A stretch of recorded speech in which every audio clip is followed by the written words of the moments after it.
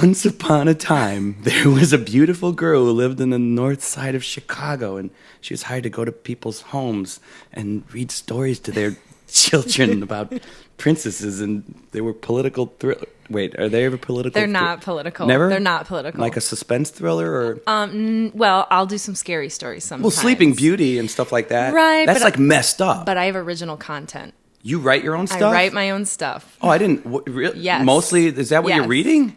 I'm not reading it. I'm performing it. Oh my God, the onion that is you. All right. Yes. So you were listening to a Chatter Fact. These are not interviews; they're just conversations. And I was gone for a bit. I told everybody like, "Oh, it'll be about a month. I'm going to take a month off." And the singing thing, like, just your brother's in my band, so it took over those 5 shows a week, 6 shows a week, and I couldn't get the podcast. No, I couldn't. I had to please the people. I had to please the people, the live people, to save my voice. Yeah. So I had to take almost 3 months off. Wow. So I'm coming back with you. I thought you just didn't want to talk to me. So Tracey, wait, what do you go by? Like, do you have a professional? Your full name professionally? So full name professionally is Miss Tracey and her Big Ballyhoo Show. Oh boy! Yeah. So, and did you maintain like Ellert though? Because, I did. Okay, I kept I Ellert. have Tracey Ellert. Yes, I keep Ellert for performance, and also I have it on my resume for acting. And Tracey Ellert. Tracey so Ellert. It just so I just made keep sense. it. Yeah, I keep it. All right. So Tracey Ellert is here, and this is like, oh man, you're like topping the list. We were talking about Sarah Rose. Yeah. So that was probably Sarah Rose, like the goddess of. She inspired Chicago this scarf. Fashion. Oh, really? Today. I was like, I guess if Sarah Rose was on, I better wear a fancy scarf today. And you didn't wear any pants. No. So Sarah Rose, in my mind, was like maybe the most interesting sort of content. Everybody else was kind of in my wheelhouse. And you are, I've done some acting and performing, but this is crazy. The storybook reading. Yeah. This is why when I heard about it and thought about it, and God bless your brother Tyson, who, by the way, I think this is like the 3rd or the 4th time Tyson Ellert, who's a drummer who works with in my original band and the cover band I mostly work with. This might be the 3rd or 4th time he's been mentioned on a podcast. Really? Yeah. So will he ever get interviewed on the podcast? Oh God, no. No. He just gets mentioned. No, he just gets mentioned. No, I love. He's the Matt Damon of. I'm gonna always. Jimmy, oh, sorry, we're out of Jimmy time. Jimmy Kimmel, yeah. No, he's for Tyson his Ellert. name has been dropped more than anybody else on the podcast. Interesting. So your brother's a semi He's out there. celebrity. Yeah. As so anyway, this is what blows my mind about you, because he did suggest, like, she's like a professional storyteller. Mm-hmm. So he didn't say storybook reader. He didn't I didn't even know what to do. And most people say, the lady's going to read you a book. And then I say, oh no, I don't read books. They're awful. Okay, I don't say that. What do you do? Okay, so I am a live children's storyteller, and I put on story shows. So that's kind of the best way, a one-woman story show. And that's what I say. I actually describe it to people because I feel like they can understand it better, because they always relate stories with books. And so I always say I put on a story show, much like a one-woman show for preschool-aged children. So I play all the characters. I use props, toys. I have a storytelling bag. And so I open my one-woman show and I tell them, I'm going to get my storytelling glasses out. And I go into my storytelling bag and I start the show, and I'm ripping through all my props and toys looking for my glasses. And it's always the wrong thing until finally I find them. And then they're broken. And so basically I have a character called the Licking Monster. He's this big furry puppet that comes out, and he's the one who broke him because he licks everything, and he comes from Lickamandu, where you can lick everything. You can lick shoes and floors and ceilings. I know, everything's delicious. So he comes out, and so then basically I do a whole show, and that's my opening, and then I do 2 stories, and I usually do transition characters. Where did this come from? So you made that's your content. So that's all my content. You made up the licking guy. Yes, all my characters. The whole shtick. Yes, and I have a Licking Monster T-shirt. So you keep getting more fascinating to me, like as we go, every second now. Yeah, so what? Okay. So I write the stories, and I'm usually the narrator to start, and I say, once upon a time, and then I'll take out a prop and start doing the voice for the prop. So I perform the prop character's voice, and then I'll come back to the narrator, or then I'll put on a wig or glasses, and so I perform the story, and I also narrate it. That's brilliant. Or I have a toy that's the character, or I'm the character. So sometimes I'm the kid. So you're making voices? Yeah, I do. I'll change my voices. I need to see this. So maybe we should. I know you do need to see it. So Well, I'm going to have to bring you to a party now. Yeah, you're going to have to bring me to a party. Oh, my God. A children's party. So you never read but you never do the act for adults? Not really. I've had a bunch of people ask. I'm like, no, I'm not going to do that. You've actually had people ask for yeah, adult? Just kind of like, well, do you do adult stories? I'm like, well, you're really. A pretty girl, too, so is it ever like the creepy. dad's like, hey, why don't you? Well, so I played a character called Dancy Nancy on a show on Nick Jr. Oh. And it's called Jack's Big Music Show. And it's still on Nick Jr. I don't think they syndicate it daily, but it's on demand. Dancy Nancy. Yeah. On Nick Jr. And so it's a puppet show. Okay. And so, but I'm not a puppet. Did you know that? I know it now. Okay, so I play a live action character called Dancy Nancy, and she comes into the house of the puppets and dances. And there's been like a variety of comments because I put it on YouTube, and you can see it. You can just Google Dancy Nancy, DANCY, Google it now. Google it. Press pause, Google it now, then come back to us. So you can see Dancy Nancy dancing. How long ago was that? This was about 5 years ago. I want to see that. I can't wait. Yeah, okay. and I also wrote an episode for the show on Nick Jr. One of the episodes on it, how Mel got his groove back. And so anyway, I play this character, and I put it on YouTube, and there's like so many comments about it, and they vary. Some are like stay-at-home dads that are like, Dancy Nancy, hello. Wow. And then, what are you wearing? Are you wearing? I'm just wearing like a 50s outfit, like a sweater, and it's really weird how creepy, how many creepy people can find this and like write stuff and like. But my favorite comment was that, okay, what Spuds MacKenzie, do you know what kind of dog that is? No. Okay. Well, like the one spotted eye. Yeah, but it has that huge nose. All right. So somebody said that I looked like that dog. What? That's not kind. I thought it was really funny though, because I have glasses on, so my nose kind of looks really long. I'm like, I kind of do look like one of those dogs. Just weird dad stuff. No, there are some weird dad stuff, but then one of them said I look like a dog, which I kind of do. If you look at it, then look up the Spuds MacKenzie dog. Oh my Watch gosh. Dancy Nancy first, and then look at Spuds MacKenzie's photo. You need to have like the parallel. Yeah, pictures I could get the. and put them on I'll your do that. Facebook page or something. Yeah. Oh my god. So story shows, live story shows, but never for adults. Never for adults. My wife used to do the costume thing.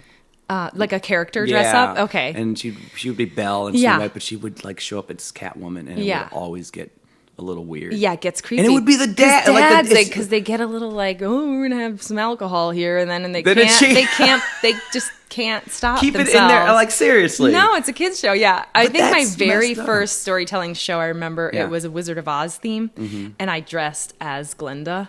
Oh, okay. And that was the only time I ever dressed up. But now, as attractive as you are.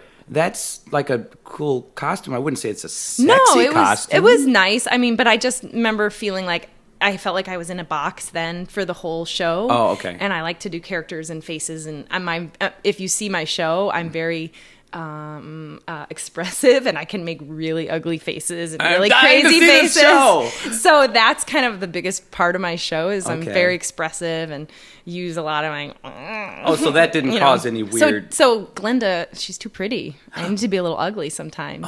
So that helps maybe. Yeah, I do ugly moms all the time. But you've been asked go upstairs and comb your hair. Like that kind of stuff. I like the voice too. Yeah, I told you, go upstairs and comb your hair. Oh, you're regressing me. Yeah. That made me shiver. That's like... I did, and then I'll be the girl. So I like to really put the faces on. I mean, if somebody would have asked to do a party, but it is like maybe for adults, like what, you couldn't even entertain that, or what would you do the same? No, so I used to do improv. So I used to do improv, and I've done like teen parties where I did improv games. See, that would be cool, and that was fun. Teens, that was great, and but that was fun. But the teens have to be into it. No, for like, and you know what I used to want to do? I used to want to be. They used to call it a ringer.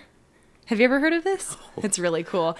So basically, a company hires you at imagine a huge company bank, their Christmas party. Big corporate They thing. hire you as a character, I'm Peg from Philadelphia, and she gets wasted at the party, gives a speech, but nobody knows that she's paid to be there. They're called the ringers. Are you way over the top when you do that? Oh yeah, I would love to do that. That's actually I think when I get older, when I'm an older crazy woman, I'm gonna do that's gonna be my job. I don't even have the venues or the parties yet, but now I just want to create parties so that I can parties. bring you. But you could even do. I just don't. I want you reading stories. I want you to be that lady. I know. I have a lot of job ideas that I don't have time to make into jobs. And then we still, like, we're working for the almighty dollar. So, like, if somebody had, if somebody did have, like, I like women who put on one-act shows. I mean, like, what do you do? Like, if it's like, hey, you got to do here's $500. You just got to come as, like, Scooby-Doo's, yeah. like, what's her name? Like, the Thelma. And what if they we want you as Thelma? Like, you just have to be Thelma for a bunch of men. Yeah. Right? Like, what are you going to do? Like, it's a grand. That's the tricky part. And you just have to be Thelma. They're not going to try and touch you. You look like Thelma, but what we if want they just you to all sound like Scooby-Doo. You have to talk like Scooby-Doo, dress like Thelma. It's like the whole, like, what do you do? And they all just sit and stare at you, and they just, like, don't talk. They just watch you, and you have to talk for 45 minutes. I would have a hard time, like, like if it, even, I guess $500, even $1,000, be like, I have my pride. But if then they're like, you know what, $2,000, 15 minutes. Wouldn't you be like, Rover? Like, you're just in. I'd be like, Scooby, Rover. Yeah, I would definitely be practicing, and then I would be like, well, maybe I need to bring a bodyguard with me, and then, like, hey, if that's it, that's what I do. That's what I do. I have no idea why I took that turn, but it's just so amusing to think. It's interesting to think about. I keep thinking of my wife Janice as the Catwoman, and she just said it was always a weird moment. It never got bad. No, but they just always they can't pull out of it. It's like they have to say something sexual. It's like so creepy. Well, this is I am like, okay, so if we were like back up, because obviously there had to be some kind of journey to get here. And then, by the way, we're talking to somebody who not only has like improv background, but you've had those parts in the movies. Yeah, like you were in Divergent. I was in Divergent. And you were in which is totally opposite. Crisis. Oh, Crisis. Okay. Yeah, and in both of them, I was a crying mom. So that's you're becoming. So which is totally. I'm like comedian for preschoolers, and then I could switch over and be a crying mom for a major motion picture. No, it was like a flash second. In Divergent, you're in it though. I'm in it. I cry, but you can. I mean, it's at the choosing ceremony scene, and I'm basically like, you see me for a second, I lean down and cry. Are you holding like a baby or? They told me to cover my face, and I was like, "Are you kidding? I've only got a second on the screen. This is my moment. I'm not covering my face. Would you cover this? So why would you do that? Like, do they actually? Did the camera go to you? And your fingers kind of separate. So I had to do like so many takes, and the best part was because there were 600 extras for this scene. Oh wow! But I was a featured extra, so that means you're on camera for time. You know, so you're not just a flash on the screen. A featured extra, you're going to get some, and you get some paid face more. time. Yes. Like you're getting screen time. Okay. And the other part about it that was awesome is I didn't have to sit in holding, which was at the bottom of the Trump Towers, which was all day until they're ready for the scene, because they're not going to like manage 600 people in a room while they're trying to shoot a scene. So they shoot all the close-ups. I got to sit in the building on set with Kate Winslet and like the director the whole day. It was amazing. So I got to watch the director working. His name was Neil Berger, and got to watch him work, which was amazing because I've worked on the TV show that I'm talking about before, Jack's Big Music Show. I worked on the set. I was the assistant to the director and the script supervisor. What is your training? For TV? For background? Okay. That was my first. So let's go. I jumped. You are officially a guest on the podcast because this is how we do it. Okay, it's just like jump bam, all bam, over. Bam, okay, yeah. Great. I like it. But if starting from the beginning, because you're from the East Coast. I'm from Connecticut. I know that much. Yeah, I grew up on like 300 acres of land with like nothing to do. We didn't have cable, and we didn't even have Total Phone. Do you remember? Did you guys call it Total Phone? What is Total Phone? Total. No, Total. Total Phone is not like the three-way dog, calling. Like Total Recall. Three-way calling. Oh yeah. So we didn't have that. It was called Total Phone? Total, because that was like probably the total package. Like I keep sounds like Toto when I'm saying it. Total, yeah. The total package. And your little phone package too. It sounds sounds like you're saying Toto. Totally. Total. And okay. your little. So anyway, that's when you could click over and say, oh, let's put Jane on, and like let's tell her that you're not on the phone, and then let's ask her if she likes you. You could do all these like crazy girl stuff. Yeah. So anyway, we didn't have that. It was just called call waiting, I think. Call waiting, but we called it Total Phone. Yeah, totally. Oh, okay. So anyway, I grew up on 300 acres of land, and we really weren't allowed to watch a lot of TV. So I feel like my imagination came from my mom constantly being like, "Go outside, find something to do," and there was like nothing but land behind us. So I was like hanging on a vine, just like imagining that it was like a man swinging me across the dance floor. Like I was constantly just doing. Were you Disney buff at all, or no, not at all. We didn't watch a lot of TV or movies. My mom always I remember like trying to watch Three's Company a lot because it was like you knew something was going on, but you don't know what. Like you didn't know what sex really was then because you were so little, but you knew there was something crazy. Some tension and there. my mom would come in and go, "I don't like this show," and then she would shut it off and would be like, "Oh no, good." So then she'd be like, "Go outside." They didn't like it because he was such a pervert. I think. Yeah. And kind of like always about women and just, you know. And at some point, somebody was walking out in like little pajamas or kind of a nightie, which like is nothing compared to what they show now. Totally. And it was so, and it was so, and it was so innocent. Yeah. But, you know, when I do watch episodes now, like if you watch it, it's like, oh, it's all sexual, like innuendos. It's all about sex. And it's like, I wouldn't let my 8-year-old watch it. How many misunderstandings can one like apartment have? You know, like, oh, wait, he's not, they're like really in the bathroom making, you know, working on the plumbing, but it would always sound like something else is going on. However, when I step back and I watch any of those, it's been a while, but like they're kind of rerunning and stuff. And John Ritter, man, just his comedic timing and his ability. Was so good. I don't know if that guy got enough credit for what he did on that show. I mean, there was like classic physical. Yes.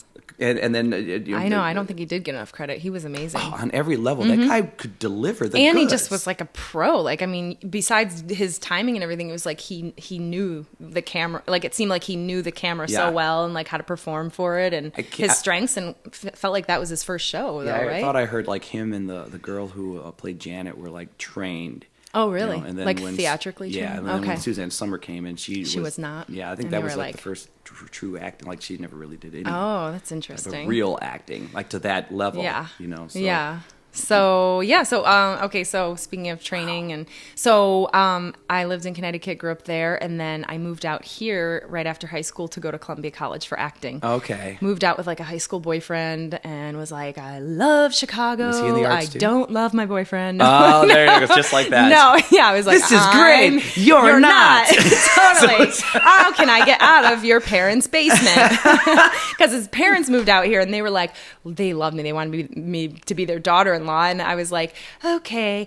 So I lived with them for like the first semester, and I used to take the train down to Columbia College. And then whereabouts in the city were you? Buffalo Grove. Oh, okay. And it was awful. So it was like, so you were the first Ellert. To escape. And I actually remember, I was thinking about this the other day. I was thinking about like because I saw these old videos of myself and I was kind of shy. Like at 10, I was like a little shy on the camera. We don't have a lot of video footage of us as kids. And so I found this one that my aunt had, and I was kind of shy, and I was like, that's interesting. When did I like become like a performer? And then I remembered when I got my license, I went to a big family party, and I told them all the story of me getting my license, and my whole family, like aunts and uncles, were gathered around, and I had them around me, and I remember doing the whole backing up and the guy looking at me, and I played all the characters, and I was like, that's when I started to realize like, oh, I'm good at storytelling, because they all were watching, and then they were like, tell the story, Tracey, do the story, tell the story. Was this before any kind of training? Yeah, in high school. It just happened. 16. And then I moved to a new school in my sophomore year, and they had theater classes, and my other school didn't. Yeah. So I was like, I'm really interested, and I took theater classes, and I just loved it. So that's like in high school, I took theater, and then I always had to decide between sports and theater. So like one year I couldn't do the play because I played soccer, but I did the one acts in the spring, and so I liked it a lot. Yeah, I loved performing. But when I was little, like when I was like 8 through 10 or whatever, I was shy. So I don't know. It just in high school, I think. What is that? It's weird, isn't it? I think you start to become who you are. I remember being able to speak, and I didn't talk. Like I just never talked. So you were shy? I was one of those. And then my first time, and I wanted to sing. And now, if you see imagine me sing dancing now, the way you do in front of all these people, all that. like that age? I never imagined doing the things that I do now. If some of the podcast people may have never seen me perform like on stage, but I jump around and dance. Quite a bit. And you've got some great rhythm, and you're fun. The first video ever that's floating around, I don't think it's anywhere. It must be in somebody's like basement in a VHS tape. Mine. My first time. It's the only tape my mom let us watch. Wait, how much older are you than me? I don't know. Probably 70 years older. But it was like a mall like talent contest, and my high school band was performing. So it was my first time performing in front of people, and I'm all arms. My legs could not move. I couldn't move. So like Robby Celestin performer day one. That's really funny to be so opposite. Yeah, I don't think I ever left that. Because you were so nervous. You think? I guess so. Yeah, for 3 songs. Nothing. My legs did not move till I like said thank you and walked And your away. legs don't stop moving. Now they don't on your stop. show. Tyson is usually like, can you stop moving your legs? Can you just move your arms The for this show? beauty of your brother as a drummer, man, is that he is. There's only one other drummer I've ever worked with like him who actually like pays attention to that stuff. Mm-hmm. And so if I'm doing anything physically, you know, if it's something with my feet, something with my butt, something with my anything, he's like, I got it. He plays with it. He just plays with your movements. He actually accents. He is so on. He's so aware. Intuitive with that. Yes, he know, really is. A lot of the guys are just like, it's me and the bass player, man. Yeah, just me and the bass. We lay in the groove. Totally. You know? I like how you got closer for that. Yeah, and then sometimes if you work with other people, a lot of the guys are great, but some people don't pay that close attention. Yeah. So I'm stomping like, yeah, and the drummer's just like, right. Yeah, you're like, just this is not like, going with my no, stomping. It's you and me, yeah. man. Yeah. Oh, forget it. Yeah, I thought we had something. Yeah. But you know what? Tyson actually probably witnessed some of my early performances too as a child when my mom would be like, go outside and play or whatever. I remember I used to, like, if it was raining, I'd play like Stranded Girl in the Rain. What was that? That was my show. That was my own show. And it was like I would lay like on the ground, like I got stranded in the rain, and like I didn't know where I was. And then all of a sudden, my little brother Tyson, he's my little brother, he would be like spying on me, like, what is she doing, you know? And he'd come over, and I'd be like, get out of here, like, because I was embarrassed. I didn't want. So I used to play Stranded Girl in the Rain, and then the whole episode in my head was like, I'd be laying there and the rain's like beating down on me, and then I'd get up and I didn't know where I was, and I'd actually go into my real house and I would get a towel and be like, someone took care of it. It was like a whole, like, this is awesome. I was playing that. And this would be a recurring episode. Yeah. Oh, I've loved whenever it rained. Whenever it rained. So that was Stranded Girl in the Rain. And like, you had him like knowing what he had to do. Well, like, no, because he kind of wanted to play, you know, he's little. He was probably like 7, but he would be like, what are you doing? And I'm like, get out of here. You wouldn't understand Stranded Girl in the Rain. Oh, I see. I thought that was part of the bit. No, it wasn't part of the bit. So he you just would break saw me character. Like, yeah, I broke character. Yeah, ugly sister. I'd turn into ugly sister and be like, get out of here. Find your own thing to do. You know, like, listen, we're on 300 acres of land. Everyone for themselves. Find your own game. Mom shut Three's company off. I'm done with you. I've got my Stranded Girl. You get your own thing. Get your Stranded bike. Girl in the Rain better come back. I know. It might be. That's a book at least. That's a book, right? Oh, wow. And then, I also used to do Tic Tac overdose. What is Tic Tac overdose? Tic Tacs were my pills, and I would do like shaky soap opera hand. How old were you? I was like, I don't know, Willie Circle House, so I was like 10 or 11. So you were we used in to watch, it, man. I was in it, but I didn't know. I just was like, this was like what I would play, because if we shut the TV off. So basically, like soap operas, remember they always like OD'd, you'd see them like, and then make a phone call and the phone would drop. It was like that dramatic. So I used to take Tic Tacs and I would be like, and then like make a phone call, but never make the phone call and drop to the floor. That was like another. Oh my God. That's it though. Nothing else happened. I'm probably going to have to get somebody to animate this podcast. Like all of your little stories, I need like actual like animation to go with this. Yeah, that would be fun. Because your stuff's good, man. So it would be like potamation. Yeah. Oh, look, this is a new thing. Copyright Tracey Ellert. Shoot, write that down. Yeah. Well, okay. So anyway, then I moved to Chicago. Yeah. I went to Columbia for a semester and was like, when you first went, what were you studying first? Acting. Like, okay. And I was like, I don't know how. My parents were like, they didn't go to college, and they were like, we support you with whatever you want to do, but we're just not paying for it. So I was like, oh, okay. So they were cool with the arts. They were cool with whatever I wanted to do because they're not paying for it. But they were very like, you know, keep always about working and like had to work, but they weren't like, you can't do that. Obviously, my brother's a drummer. My dad got him going at like 8. Yeah. He mentored him, but we didn't get any of that. We got go outside and play, whatever. Stranded Girl in the Rain, that's fine. Tyson got his own drumming lessons. Yes, it's always the youngest. It is always the youngest. Yeah. He got his like paid drumming lessons every 3 times a week. And then you were like, "Here's a stick and a rock. Totally, get out. Find something. Do you want some Tic Tacs here?" I was like, "I can find something to do with these Tic Tacs." So anyway. Yeah, he got all that. But anyway, my parents were like, good luck. But, you know, and so I was like, I'm moving in with my boyfriend and his family. And they were like, good luck with that. Yeah. No, they actually were like happy because I was moving to a city and they wanted me like around people that, you know, they could trust. I love this town, man. It's amazing. And so then I was like, I don't know how I could possibly pay so much money for an education and, live and then not live with my boyfriend's family. And Columbia is not cheap. No, it wasn't cheap. It was cheaper then, but it was still like $12,000 for a year. So $6,000. I remember my first loan was $26.25 Stafford loan. And then, so then I just did one semester because I couldn't figure out how to like pay for it and afford it. And so I stopped, which actually ended up being the best thing because then I just started taking improv classes in Chicago at IO. Okay. Well, it's called IO now. It was Improv Olympic. Yeah. So I started taking and I was in love. I was like, this is amazing. So did you perform Yeah, improv I did shows. in the troops I was on and teams. things? Yep, I was on a bunch of teams. Oh, and then, awesome. yeah, it was amazing. But then the problem was like they always cut the teams and then you'd start with a new team and then they'd cut you. And then I just got cut and like didn't get put on another team. And I was like, oh, do I suck? But I didn't.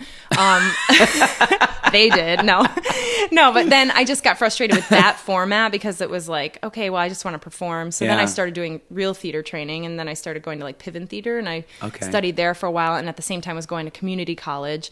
And then at the same time I was a nanny, which is kind of coming with the storytelling. So I was a nanny and I would go to the birthday parties with the kids and I'd always end up doing my improv like characters with the kids. So I'd be like, you kids, get over here. And then they'd be like, it's the witch. And so I would be in the corner entertaining all the kids and the moms would be like, oh, you're so good with them. You should just be a teacher. And I was like, I don't want to be a teacher. I want to perform. And then I remember meeting a guy who said that, Jim Carlson, his name was, and he was like, yeah, I just want to perform for a living. And then I was like, yeah, that's a cool way to think about it, is like just performing for a living, not like, I'm going to be a famous actress or I'm going to be on Saturday Night Live. It was like, I want to perform for a living. So then I think I like opened up my mind for that. That moment changes everything. It does. I was like, oh, okay, perform. And then I went to a birthday party for one of the kids I used to nanny for, and there was a lady there doing like scooter races and, you know, the parachute. And I was like, to the mom, I'm like, who's this lady? And she's like, oh, I hired her. And I was like, you hired someone to do that? And she's like, yeah, I paid her $150. And I was like, what? We had like cake and a friend over for birthday parties growing up. Yeah. We didn't have like entertainment. Right. And so I didn't even know there was a business of like entertainment. And I was like, I can do that for kids because I'm so good at playing with them. But what I'll do is like, I'll just do like all these different characters. I couldn't even say what it was. I just knew I wanted to be these characters like the witch and the blah, blah, blah. And then at the same time, I was, I had wanted to volunteer at Children's Memorial. Now it's Lurie Children's Hospital. This was when it was in Lincoln Park. Yeah, in Lincoln Park. Yeah. And I wanted to volunteer there. And so I went there and was all like, hi, I'm here to volunteer, you know, and they were like, there's a wait list and you got to take training. And I was like, ugh. Oh. It was all intense. And I thought, I'm like, hey, where's my little smock? I'll put it on today. You know, like, let's go. Let's get this going. Let me hold some babies and I'll be good. And so I just wanted to do that. And that didn't happen. And then I met a guy at an improv party who was like, hey, I heard you wanted to volunteer. He's like, I do a live TV show at the Children's Hospital. And I was like, the one that I just went to that wouldn't let me because they were on the wait list. He's like, yeah, I'm moving to LA and they're looking for a new host of this game show. No way. Yeah. So wait, this is like the closed circuit TV that goes through through the hospital. So I was like, oh my gosh, that's amazing because I've been wanting to volunteer. And so I go, he gives me all information and I auditioned by basically watching the show once and then I had to do the show. And so it's a game show. It's called Body Parts and it's broadcast throughout the whole hospital. And if the kids feel good, they can play live. So it's shot live in the studio at the hospital. How do they play live? They can come from their room. They come down. They can actually come. It's in the studio. Right now it's on the 12th floor in the hospital. And so they can come down and come with their IV and like with they have to come with a parent or a guardian. How come often do you do this? Every Monday. Okay. So every Monday for the past 15 years, I've hosted a game show called Body Parts. I mean, it's amazing. It's a job, but it started as rewarding. It started as a volunteer position. And so I volunteered for the first maybe 5 years. And then they said, we're able to pay you as a resident artist, not your full fee. So would you take this? And I was like, yeah, of course I'll take that. I'll take whatever. So so now I still volunteer half of what I would charge for a show. Man. And so I get paid for half of a show, which is amazing because I would still, if they didn't offer, I would still be doing it for free. Incredibly rewarding. And then you're still kind of honing the craft the whole time. Yeah. Wow. And they're doing an interview on me on DNA Info. So that should be coming out soon. I don't know if you've heard of that. What's DNA Info? It's a news website called DNA Info, and it's all about Chicago, and it's like as big as the Tribune. Do people do? I mean, I've never heard of this kind of thing. The closed circuit kind of like. Do other hospitals do? No, this? It's not at a lot of children's hospitals. I don't know about any other in the nation, but I know in the area there's none. Oh, but man, you jump on this and incorporate copyright. It's copyright. Yeah, copyright Tracey Ellert. This whole podcast is copyright Tracey Ellert. So yeah, that's actually another. When this is over, you're just going to take the laptop and run away. Yeah, I'm going to see you later. Thank you for getting all my content down, recorded. Now this was actually a way to copyright everything. I'm going to mail it to myself. You're going to leave her. I'm going to be tied up and gagged on this chair. Like, she took the computer. Get her. We were able to catch her because it started to rain and she just laid down and she got very dreary. We noticed a line of Tic Tacs going out the door and we followed them down through the rain. We got her. It's okay. She was on the ground. Get away! Get away! Find your own podcast to do. Well, man, that's brilliant. So you're basically a writer. I'm a writer. I write all my own content and. Aside from that, you get the light bulb at all the parties. Okay, so I get the light bulb, and then I was at that point hosting my TV show there, and my supervisor, I told him, I said, I want to start this business, and I want to do like kids shows, but like all these characters, and he's like, oh, have you met Dot? She does story time on Wednesdays. She's a storyteller, and where was she doing this? At the hospital. She does. So there's different shows. Okay. Each day. There's Mondays body parts, Tuesdays bingo, Wednesdays story time with Dot. So I was like, oh no. So I went to go talk to Dot, and Dot is like 16 years older than me. Uh-huh. She had been storytelling for years, and she's very similar. She basically, her style was what I was talking about, but I didn't even know it. And we're pretty much the only two storytellers in the city that are our style. Probably in the country, I've never really seen preschool storytellers. We're both really wacky and silly and what is the wheelhouse of like, what is the storyteller? If you had to say, people had to say like what age group so I'm only preschool. Okay. It's like usually like 1 to 6. They start being like, you're doing that with your hand. We know exactly what you're doing. And I'm like, yes, I know you do. But you want, it's like just, they get to the point at like 7 where they just know everything. I taught music pre-K through the 8th grade for 1 year at a grade school, and the little ones were so awesome. Because they still embrace it's like that's forget what the 5th grade. Forget that's what adults are missing though, is what preschool. They're the secret. Like if we could just keep that fun, imaginative play and like positive, like we get like 7 or 8, and it's like I know what you're doing. You're just trying. You're really that's a puppet. That's a puppet, and I'm like, don't tell the little ones. Like I try to like not be like, stop being a little jerk right now. Like you kind of want to incorporate them. But so I do preschool age, which is my favorite age. Oh, that's I just awesome. love when they're beginning language and they're starting to talk, and they say they're a huge part of my show because what they say, and I also use my improving off of things. My improv training is what reactions. All my improv training I use with my live shows because you never know what they're gonna say, and you can't edit them. And if they don't like the show, they'll just leave. They'll be like, "Mama, I want to go. She's born. This isn't fun. I'm going." So it's like you're good if they're staying because they won't be polite like adults at your shows. That world is just so. We seem like we might be similar, like big kids, kind of. Yeah, we are. I'll still read a comic book. You want to play Stranded in the Rain, don't you? Yeah, I do, completely. Mine would just be maybe. Get in line. I'll be like running. Tyson's the runner. We'll just cover like I'll be running in the sun. Yeah. Okay. You sound like Native American names all of a sudden. Running in the sun. This is Stranded in the Rain. I am running in the sun. We could do the Native American podcast.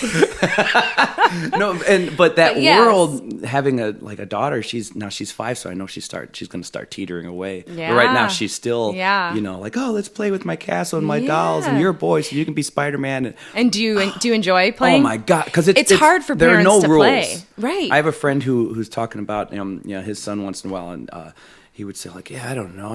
We're there, and it's like now this guy's more business. Yeah, he's hard more for a lot of business sense, and he was always saying, we're there, and the train. Like, how many times can we play? It's like, what are you talking about? I know it's shut off life and play with the train. That's what life is. It's playing. To be in that world again, I can kind of tell her imagination's off the charts, so I can tell she'll kind of live there for a bit. But this moment now, when they're at that age, it's the best. The world, especially for somebody like you, if you're creating and that's what you're coming, like you have, that's like your canvas right there. It's enormous. It is. And they help write my stories so much. Yeah. Like I'll be in a show and I'll be doing a story that I've done so many times, and then they'll say something, oh, she went over there because of and I'll just say, oh, it's a better ending. That's a better ending.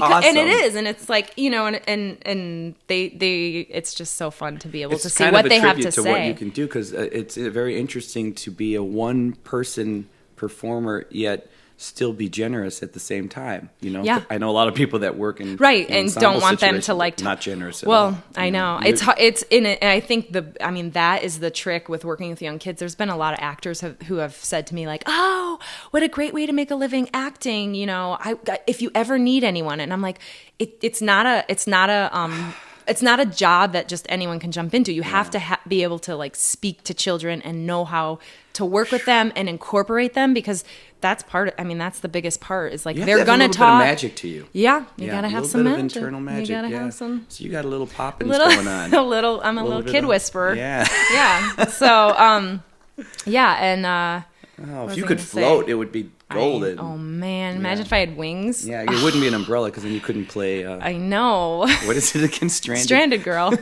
She'd be floating girl. Stranded girl in the rain. Stranded girl sounds like the most depressing superhero ever. Like Superman, Batman, get here. I have a vivid picture of Stranded Girl. You need to animate that. You need to get somebody to draw that. I know, but can you be Stranded Girl? Is that like a good 8-year-old? Oh, never mind. No, it's actually a horrible nightmare. It's terrible. Like, but that was the 80s. Yeah, or it's a horror movie that you can, write later on. Stranded Girl. I don't know. Totally. I'm going for dark superhero. I think there's got to be like. Hey, it could be in my adult one-woman show. Yeah. Off of this comic book, it could be a comic book. Yeah, work on Stranded Girl, the superhero. Yeah, I don't know how it works, but yeah. Well, what did she? Boy in the Sun will be there. It's Boy in the Sun and Stranded Girl. They're totally useless. Tune in next time. But they're here. Tune in next time and see what happens when Boy in the Sun finds Stranded Girl. Wow. So it's tragic. We would never be able to like dwell in the same space. I know. Because I would need the sun and you'd need rain. I know. See, this is Romeo and Juliet It's already starting. See, it's the play. Who? It's the play. And that's like, I remember when I started storytelling. I remember thinking like, because I was starting my own business at the time. I was a manager at a day spa, which was awful. But I was like 22, and I was managing this crazy day spa downtown. Like Oprah's boyfriend used to come in, and it was just like a high-end spa, and I just like hated every minute of it because you just had to deal with people's like the massage wasn't good, and then like I remember one lady like late for her massage, and I was just like I'm sorry, ma'am, your massage has 15 minutes left. Well, can't somebody give me a massage now? No, the schedule's already filled up and you have to pay for the massage. What? I'm not paying. There's only 15 minutes left. And I said, well, that's, your fault. You were late. Well, he's going to rub my feet then. And she stomped up the stairs, and I was like, oh, I would hate to rub her feet. No, it wasn't Oprah. She usually came in after hours to get her feet rubbed. Okay. But anyway, so I just, hated that job. And I remember like starting my storytelling business, and I used to do in-home daycares, which were weekly and all the same kids all the same time. So I could create my content. Yeah. And if the story sucked, it was okay. It wasn't like a birthday party where you're on, this better be good, So it was like the in-home daycares I could play and have space to play. And I remember thinking like, I have to be so good, and this has to be serious, like I've got it. This is my business, I'm going to, and that's what you think when you start a business. You're like, you get all serious, and it's like the complete opposite. When I'd get there, I would have to be as silly and crazy. It's tricky to be better. You know what I mean? Like you couldn't be like, okay, we're going to sit down here and I'm going to tell you a story, and this is going to be good because it's my business, So you had to be like, well, hello, and just like as crazy and relaxed and fun, and then walk out and be like, okay, It gets so tough to toggle the line because I know. At some point we're all artists who have to eventually become business people, and I know. It's tricky, man. I see a lot of people like the first 2 podcasts are talking about like just how people go dark. Yeah. Like bright, wonderful people, and you see them just change, and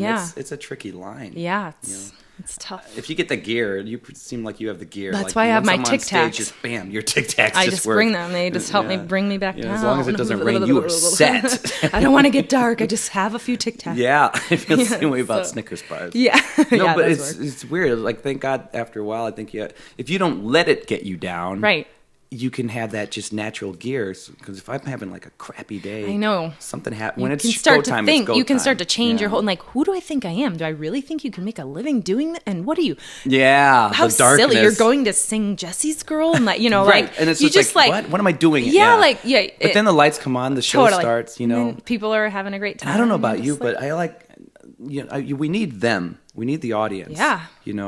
But just the fact of like, I think I had a similar moment where like I wanted to write and do my own stuff, and then I realized like I can do that, but it's not going to be the main thing that's going to help me eat.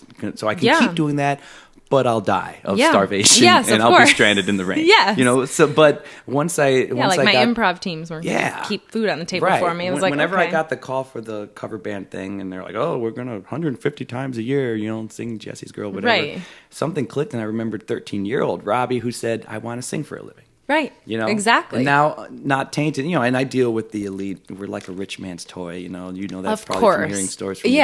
Oh my God, I did one. We did a birthday party for some lady. She could have used a storyteller because if we did this party, it was like at the Willis Tower. It might have been Sears Tower at the time. Who knows? But anyway, there's this guy and he's exhausted. He's sitting on a couch, exhausted. And we're like, "Whoa, what's going on, like a guest?" Man? No. He was the couch maker who she wanted 2 couches with pillows just randomly on the dance floor where we were performing. She decided that the stitching was wrong, so he had to restitch and remake these pillows, and he was there all night just and for all the day. party? Just for the party. Like, and it's just amazing the things you see. So I still see that stuff, you know, the elitist. You're a toy. Yeah. Yeah. Oh my God. Yeah. I'll leave some birthday parties and I'll be like, I'm never doing a birthday party. Because it's like there are all these elite people and they're like, oh, we want to have a storyteller, and then they talk the entire show and the kids while you're doing your thing. Yeah. Okay. This is like an ongoing issue is birthday parties. The parents, I get it. I'm a parent.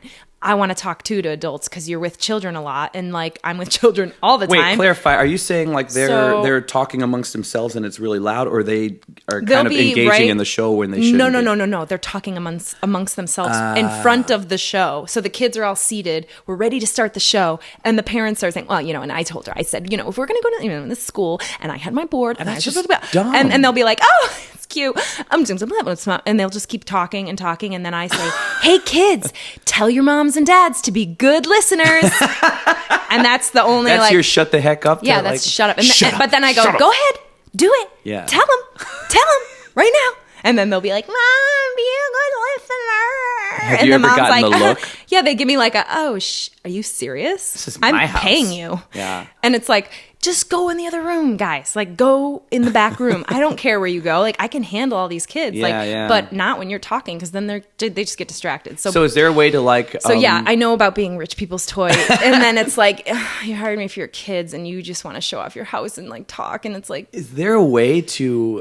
Have you found a way to like? Yeah, like in kind of in the pre-order. I say that, but when it comes to it, people do what they do. Yeah, and like also if you're hosting a party, these people don't want to be the jerk and say like, guys, that's enough. The kids are listening because they're having a party and it's fun. At some point, like, so you kind of just have to go with it. And then I go, oh well, you know. At some point internally, are you able to like? My check. I'm able to disconnect when it's happening. You know? Yeah, like I can walk still away do my and show. that went over great and everything, but it's almost like I've learned to kind of do the same show if there are 5 people there. Yes. Than if there are 5,000 people there. No, I do the same show, and it's you know. Yeah. But yours is trickier than mine. It's tricky because you know, if then all of a sudden and also like your job is to entertain the children, and if they're distracted and they can't focus, then you feel like you're not a good storyteller or a good entertainer because it's like, oh, the kids are, you know, it's like, well, they can't concentrate because they can't listen because you guys are talking. Yeah, they're hindering your stuff. And kids are so like, oh,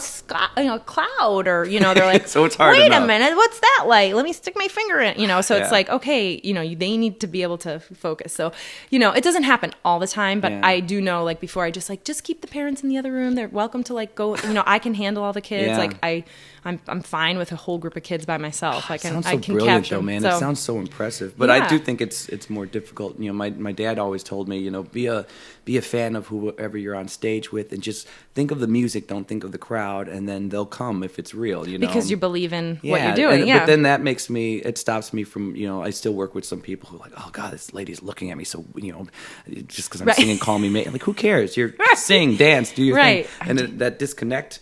It allows you to connect more easily, as oddly as that sounds, you know. Right, yeah, that's a good. So was your dad a performer? Yeah, he was a singer. Oh, you know, in the '60s and stuff. Oh, you know, that's so nice that he could give you advice. I sang with him for about 10 years or something. Okay, so he was right next to me on stage. Wow, that's amazing. Yeah, so you were like a classy, little cool Jackson guy. 5 with yeah, one. He performed with the Jackson 5, not with, but he did a show with the Jackson 5. Has he had a podcast yet? He has needs not. one. Yeah, he does need one. Yeah. I'd need to get his whole group. Yeah, they were like, I always say they were like a footnote. They were, what did they do, open for the Jackson? At the time, they were at the same level. It was right before Motown called. Are you serious? Yeah, because Jackson 5 were from Northwest Indiana. Oh, my dad's group was from Northwest Indiana. Word. So there's the poster, and it says the Jackson 5, and they were called the Enchanters, one of those old school doo-wop names. So my mom had Michael on her knee, and the whole thing. Yeah, that's unbelievable. There's a poster. I'll put it on the website or something, but they still have the poster, and it's, so now whenever my dad or his like old band members, who basically were my first instructors in a way,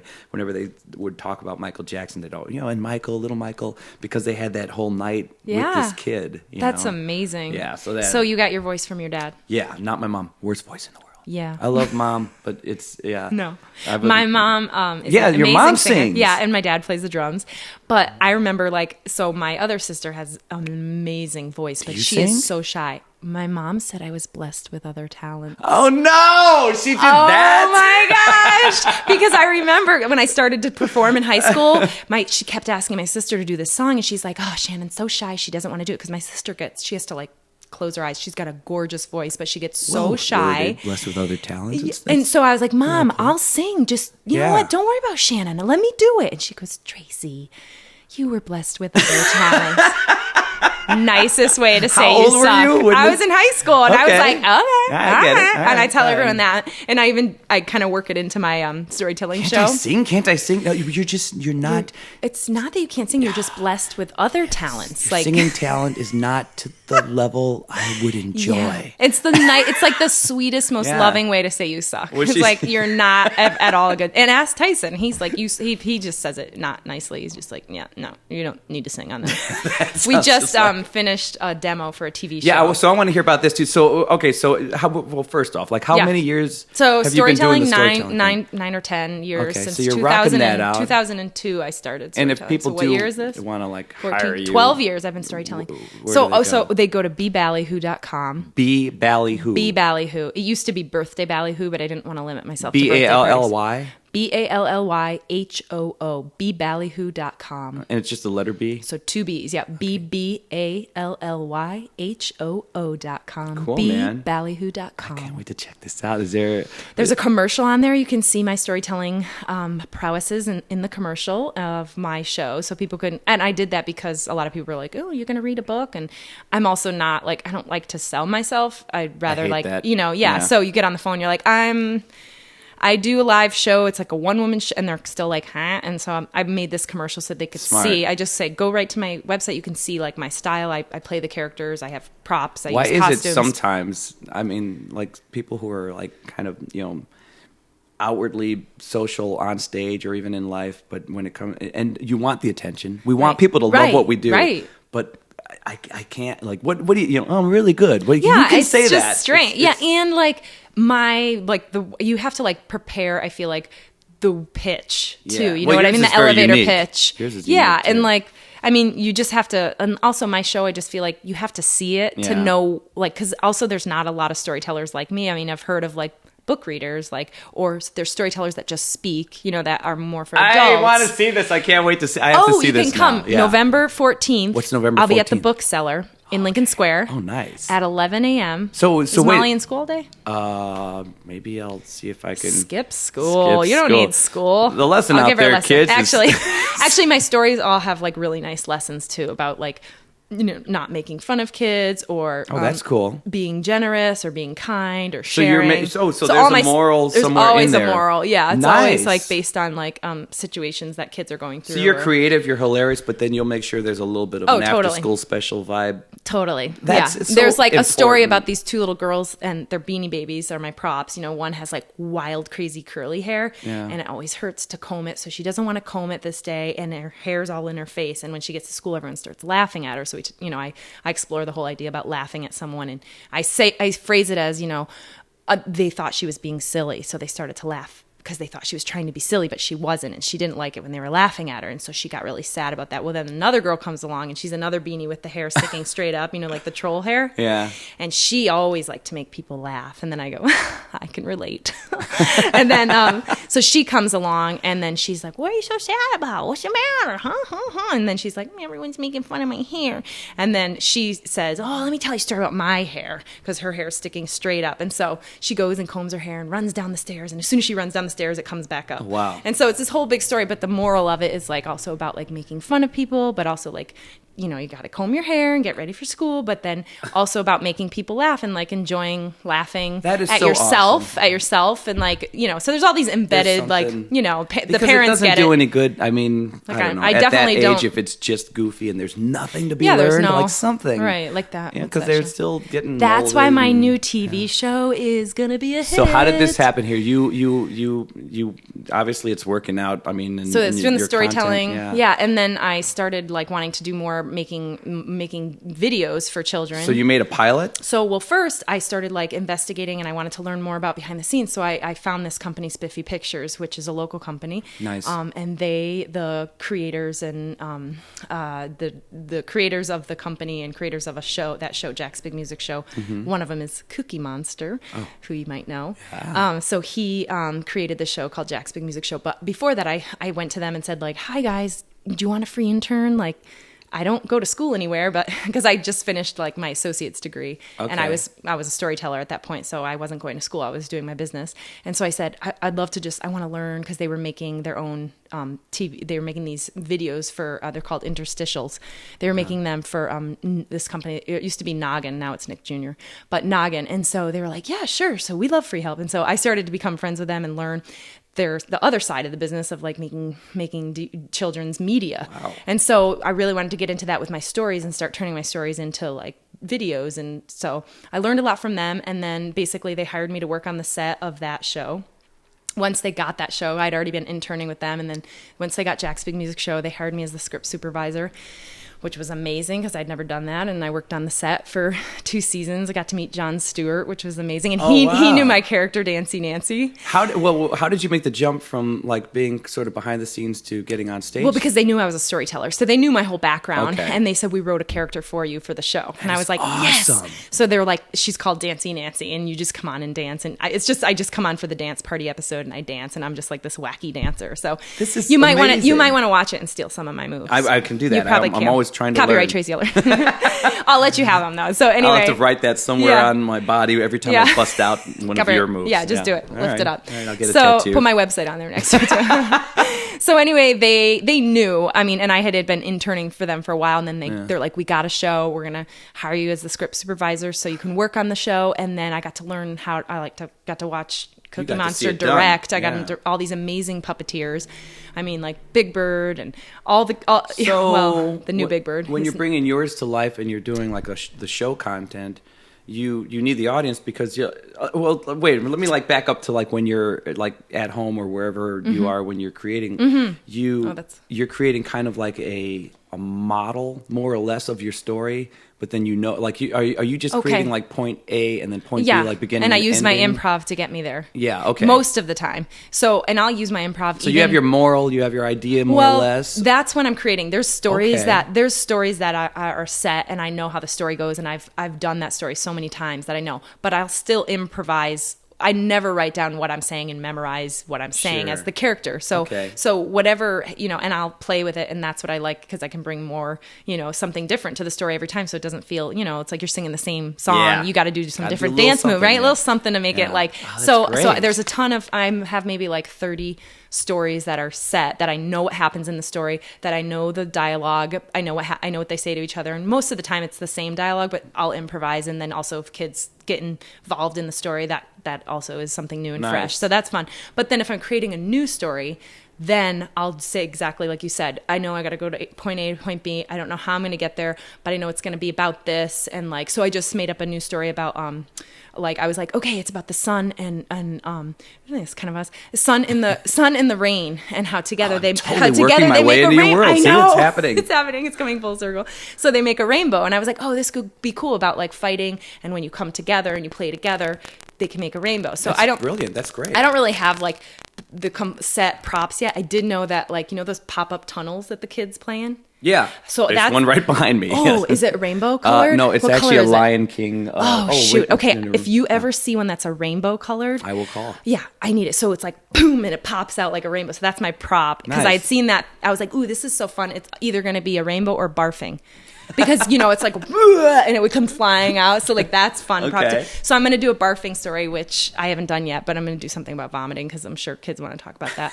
They love vomiting and farting and pooping. And I even have a mini toilet. But anyway, vomiting, so, farting, like, pooping. exactly. Oh That's my system is like, okay, I know it's going to be a story about the, you know, the rain and the sun, and they fight, and it's my turn. No. But when they came together, they made a rainbow. That is awesome. You know, and so I don't write down the words at all, and exactly, I still do in-home daycare. So then the TV show. So the TV show is scripted. You're bringing that? Okay. So I after working on Jack's music show, I started working on my own show called What's the Big Idea, which I didn't bring for you today. No, I did bring. I have one for you. Oh, great. I have one for you. Okay, so I made a DVD for children. Nice. Called What's the Big Idea? I produced it. I wrote it. I wrote it with that other storyteller that got me started. Once I saw her style, her name is Dot. Okay. She got me started. She's like, oh, you remind me of me when I was young. I got all these in-home daycares. I can't do them. I'm too busy. And I also don't have anybody, because, you know, when it's like, when someone knows like what they want and then you don't have anyone to recommend because you're busy. So she was great because she was like, I need a little me. And so we all she need that person. Yeah, I know. Man. So she was awesome. She was a great mentor. We have a different aesthetic, but like it's very similar. We're silly, interactive. We perform the whole story. And so she got me started storytelling. And then I went to her with this idea for What's the Big Idea? I was like, it's this show about two characters that don't really talk a lot, but they go through their day. And so it's a whole day of like a preschooler, and there's not a lot of talking. And I'll give you one. And so anyway, we made it. We wrote it together. I came up with the concept, and then she and I helped write the each episode out. And so we did all this work, and my brother Tyson did the amazing sound effects on it and the sound for it and the opening song, and he let me sing it, which you know how he feels about my voice. And I need to hear the singing. So it's on what you're giving me. I'll hear you singing. Yeah, you'll hear my opening song with Dot. And so we created it, and I actually met the woman who created the entire set and props for. She was the artistic director for Jack's Big Music Show. She basically was like my vision. She like makes props. So I was like, I need you. I was like, I some props I can't find, and I need like a cloud that does like a thing. And that's what she does. She's amazing. She's in her 50s, and she used to do advertising. She'd make huge fake French fries. And so she designed the set for Jack's Big Music Show. So when you watch Dancy Nancy, look at the clubhouse that I'm in and all the props and sets. She made all of them. She's an amazing artist. Wow. So I created a company with her called Monkey Dog. And so we've created this company, and we want to make kids media together. So we made this first DVD called What's the Big Idea, and we finished it, and we printed like 3,000 DVDs, and then like apps were the thing, and nobody's buying DVDs anymore. So now we're like, okay, we have all these DVDs, and like I sell them at my shows and stuff, but I still want to sell that. Now in the world of streaming, have you thought of like finding a way to the whole Netflix thing? So that's what we're on to next. Okay. So we have that, and then I just created a new show that is kind of encompassing my live story show, and the name of it is called The Story Room, and it's this host of The Story Room, and I call it like a hybrid. I don't know how much I should say about this because I don't want any copyright. Copyright, Tracey Ellert. This is real copyright. Well, yeah. So I mean, without it's basically a room, a story. It's a story show. It's my live story show. Do you have kids in the? No, I don't. And so I talk to the kids through the camera, and so I try to encompass my story show, but I'm in a story room, and so it's a mixture of puppets.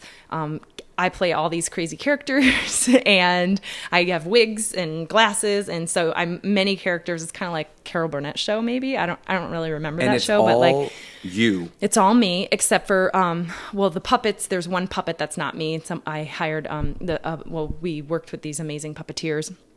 These two guys from the other show, Michigan. Yeah, they work on all the other productions of the puppet stuff, and they made these beautiful puppets for it, and they puppeteered one of the puppets for it. They're amazing. And so anyway, man, your overhead on something, it's the kind of show that somebody would like to pick up because it's the cost and the quality of it is so amazing because all the people that worked on it are so excited about it, and they want the work in the future that they all donated their time. And like our cinematographer is amazing. He's the guy who shot Jack's Big Music Show, and they believe in your idea. And he's unbelievable. Yeah, and they believed in it, and we all had the most. It was. I mean, I'm saying we all had the most amazing experience. I hope they did. Did you? Well, so we shot it. What will the show, or what's the working title of the show? So it's called The Story Room. The Story Room. And so right now we're in like the start of trying to sell it. So hopefully it's going to be on Netflix or Amazon. Man. I know we've got the demo. My brother and I edited it together, and he's gonna do the music and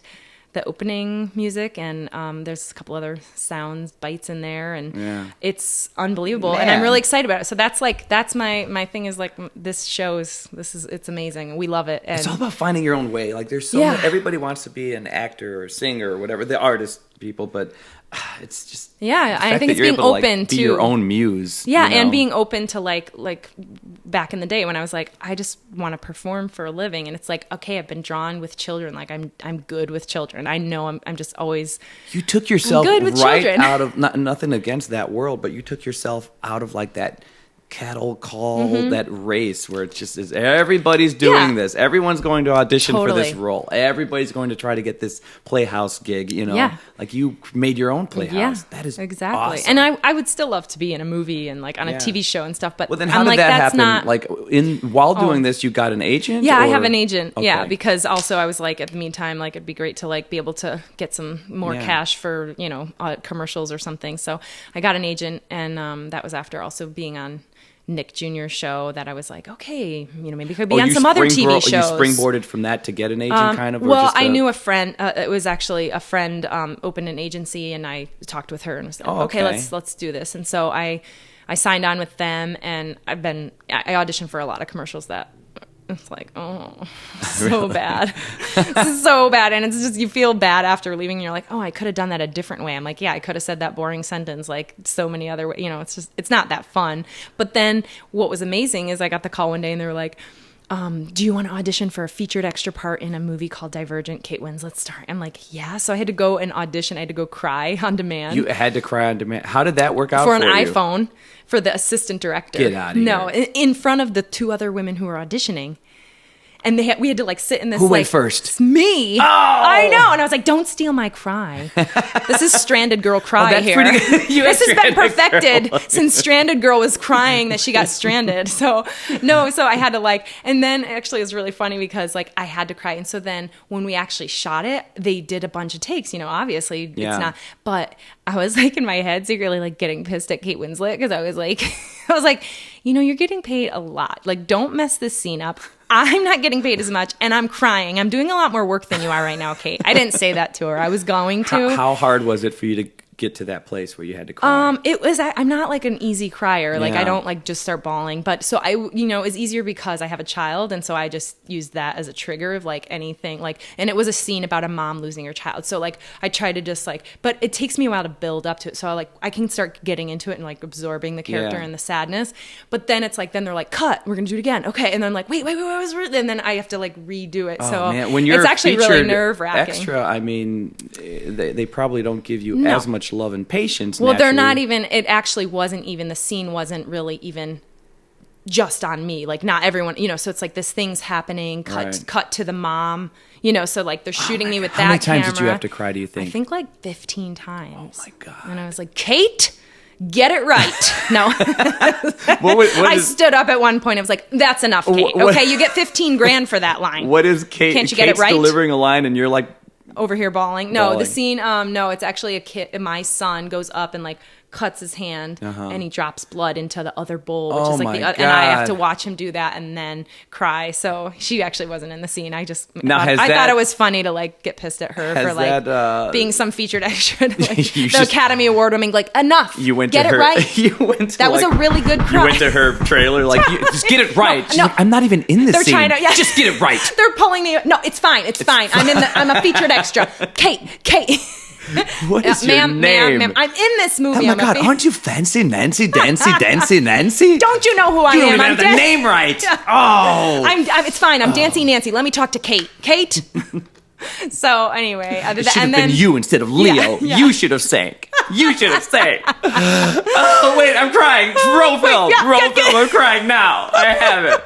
I hate you, Kate Winslet. I hate you. I love you. I love you so much. So you could be in one of my story shows. You're a really good player. Your improv is really good. I do more musical improv. I don't know if Tyson ever talks about that. Yeah, well, we do "I'm Yours" by Jason.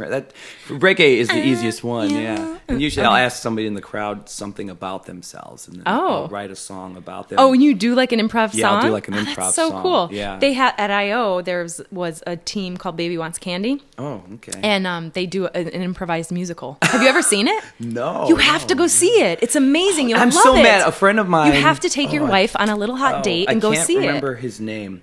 So he was going to be an improv. He was going to be a guest, and he teaches improv in L.A. And he was a big wig over at Second City for a bit.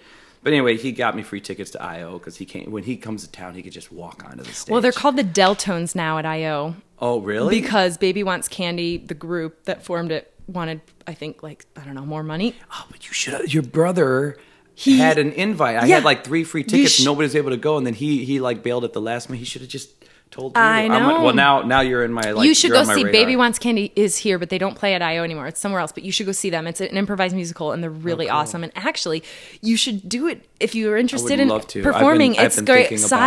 You'd be really good at it. Yeah, you'd be really good about that a lot. Somebody approached me from Second City because they happened to be at our show when it did the I'm Yours thing. Oh, yeah. You should go see one. But they were talking about something. I was going to do that, but my mom said I was blessed with other talents.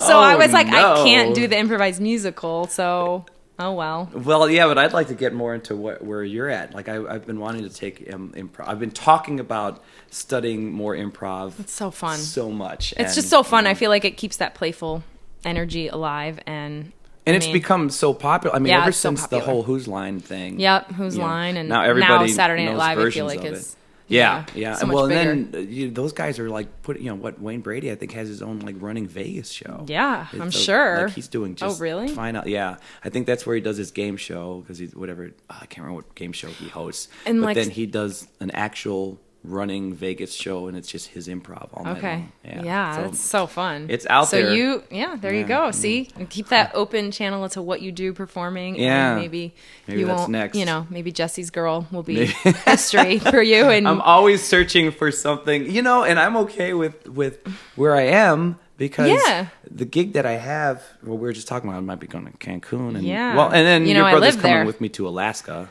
I know about Alaska. Yeah, that's exciting. But I like the whole 6-month tour, being away. I want to be home. I actually like coming home. I know. So if there's a way to do all that and still be somewhat local, even I was just your brother might work on some post production on this film that we put together, and it's not the very little improv in that. I actually wrote it. No, Boy in the Sun. It's called Boy in the Sun. No, it's like an action thing. Oh, it is? Yeah, I get to Do I get to see it? Yes, when do we get to see it? Are you going to have a screening? Yeah, we're going to do it somewhere. I mean, it's in post production hell right now. Okay. So there has to be some special effects and the audio thing. I know. We were just in post for my TV show, and it takes forever. Thing is even worse. Well, yeah, when you're not able to pay for the professionals, it's that's what Tyson. He's amazing. He's talented in so many things, but he was able to edit it, and I was able to sit there and go, okay, can we move that around? Okay, and I know basic editing, but not Final Cut, and he used that, and he's really good at it. You need that though. If you have the creative mind, and then you have somebody who can do the technical. Yeah. I mean, he's also pretty creative, so that was helpful. Great. He's like, this one, this doesn't look good like that. I'm like, yeah, you're right. Switch it to the other one. Nice. So that was really nice, but it's still hard because there is a scene that we need some special effects stuff too that. Hopefully we're going to get solved. Yeah, I know. I'm like, okay, it's a demo. It's a demo. So, yeah, well, that's exciting. I'd like to see that. My brother directed it, and he was unhappy with some of the, I don't know, blood splattering or something. Some of the effects that they put in he didn't like. So I don't know what's going, and then there's an audio thing, but so I got some holdups, the experience. It's so fun though, isn't it? I was trained in the martial arts most of my life. Oh, you were? Yeah, my dad's crazy martial arts guy. Oh my gosh. Like crazy awesome. Were you the last kid? No, there's 6 of us. What? I was number 2. Oh, I was going to say, because you got all this like training. There's all and this, it's like you got the Tyson treatment over there with your martial arts no. and your my dad was singing. The worst. My youngest brother, my brother Chad, actually is a way better martial artist than any of us, and he got a lot of attention from my dad. You know, where my dad would be like, "All right, attack me." Yeah. I'd end up on the ground, and you'd be like, "Well, how did you? Yeah. How did you? Okay, now try to kick me." Yeah. It took a very long time. Wow. My dad is brilliant in a lot of different styles too. Worst teacher in the world. Really? Yeah, okay. So it took a long time to start. That's amazing that you got the martial arts background. That makes sense too with some of your dancing. Yeah, I guess so. Yeah, the movement. And there's some flexibility. We just did like a promo video, and Tyson and I actually work on that. I'm like, at the end of it, I'm going to jump into a spin kick, and you hit the drum on the spin kick. He can get in there with you. He was a big Van Damme fan. Oh, I know. He tells me, little man crush. Little Van Damme man crush. He used to be able to do some of the stunts. He told me that. Yeah. Yeah, he says there's a picture. So that's what happened, I guess, when I was playing Stranded Girl, and I was like, "Find your own thing." He's like, he I'm was going over to there, fight like Van Damme. I'll be like Van Damme. So. And I will use these sticks. Wait, sticks. Yeah. Hold on. Wait drums. a minute. Yeah. Wow, and that's how. And that's why he's not an action star. End. He turned into a drummer. Yeah, exactly. No, I got to fight with people I shouldn't be fighting with. Well, so you were pretty good. Well, I was with some they had some MMA guys in scenes with me. Oh my gosh. So I got to do that. Wow. And I actually felt pretty good with them. Wow. Like, okay, I can hang. It's all right. So do you still keep up with it now? Do I'll chop a block of wood every now and then? Like, is this? I'll do. Are these real cracks in this table, or you just got mad one night? I headbutt walls everywhere I go. Cracks on this table. The only thing I'm you? really breaking are the cookies you're looking at. Wait, say, and then I put it in my mouth. Okay. But whatchamacallit, there's one scene where I have a fight scene with a guy, and he's a 6-time international taekwondo champion. Oh, in real life? Yeah, he beat his last title. He beat the Japan's champion, I believe. Oh my gosh! And that just to be face to face with this guy, and I've trained. I'm pretty fast. I've got my you stuff still got down. it. Yeah, I still got it. Okay. Oh wait, when you see the movie, if this movie ever gets finished, you're gonna see me jumping and kicking and running up walls. But I can see you doing that. I see with your energy on stage. Cool. But that's gonna be a totally different thing. Yeah, it'll be weird. Me with guns. Wow, I can't wait to. Oh my gosh! But to be face to face with this guy and fight him. So did you have to fake fight him in this scene? Yeah, and it's so different when it's somebody who's been trained since they were 3, and international champion. So it's a whole different wheelhouse. Was it amazing? I've trained with black belts and a lot of different people like that, and it's okay, I'm with you. Yeah, I might be a little faster than you. Yeah. This guy, it was his legs. I always tell people it looked like Superman just had hammers and was it was the most powerful, craziest. The one scene where they're like, okay, here's a pass. He's going to do a jumping kick at you or something, and you have to dodge. And I'm the hero. Right. And literally, I'm so flailing. Him, the first time he came at me, I flailed my arms like a little girl. Cut, everyone yelled at me. You're supposed to be tough. Right.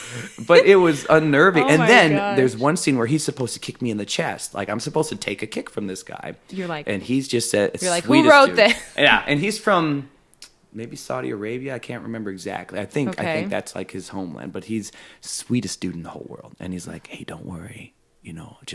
I'll kick you right in the chest. Don't worry, I will not hurt you. You're going to kill me. You won't hurt me. I won't feel it. It'll just be instantaneous death. I'm sure. No pain involved. Just afterlife.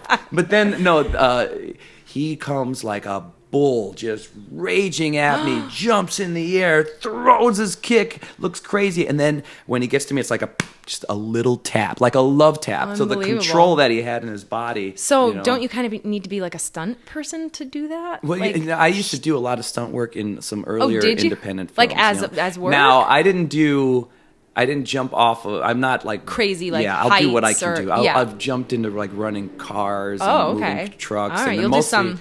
Yeah, I can fly over the tables, but mostly it's the fight stuff that I feel, But I like physical acting, so it's almost more fun to get beat up than it is to win the fight. Because there's more to it, and you have angst, and you have to, act. But that stuff, fighting with that guy, and then I got to ride in a helicopter. Oh my God, that's amazing! And I'm not gun guy, But they had this colonel who he led the only troop from the Midwest to Afghanistan, like 3 tours with no injuries, and they never lost a guy. So he showed, he's in the film. Well, he was our weapons expert, him and half of the troop came with him.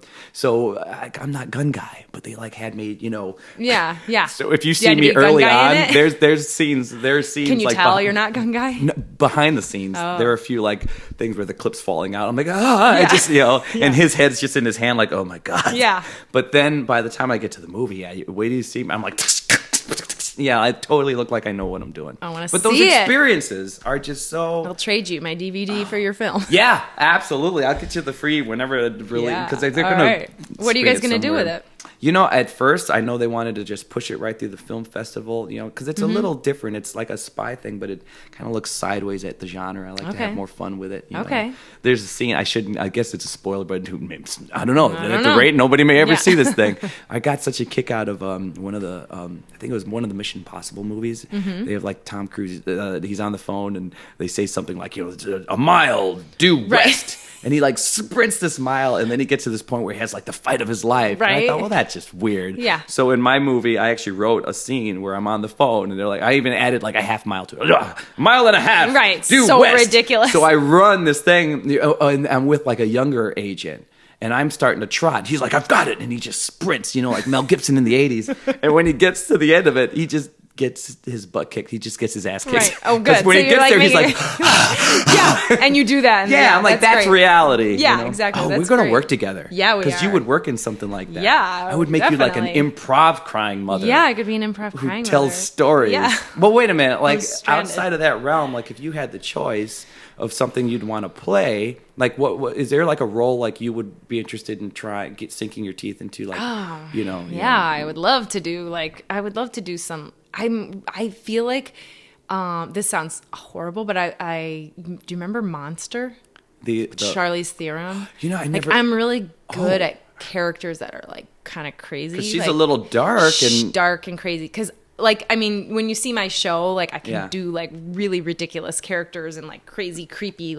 I'm good at distorting my face, and I would like to do a really intense where there's no boundaries character that's just whoa, she's crazy and messed up. Even in the darkness, if it was good serving the character, serving that movie was unbelievable, and I would really have I always feel like I would have played that character because there's you're talking some deep, some dark depth and everything. I would love to play that. Really, and that story is so disturbing, but that character I felt was so rich and just which is awesome because it makes sense because you're living in this comedic improv world. So to go somewhere else, just to Yeah, well, and I always feel Robin Williams. It's okay, there's all these comedic, but I'm not depressed.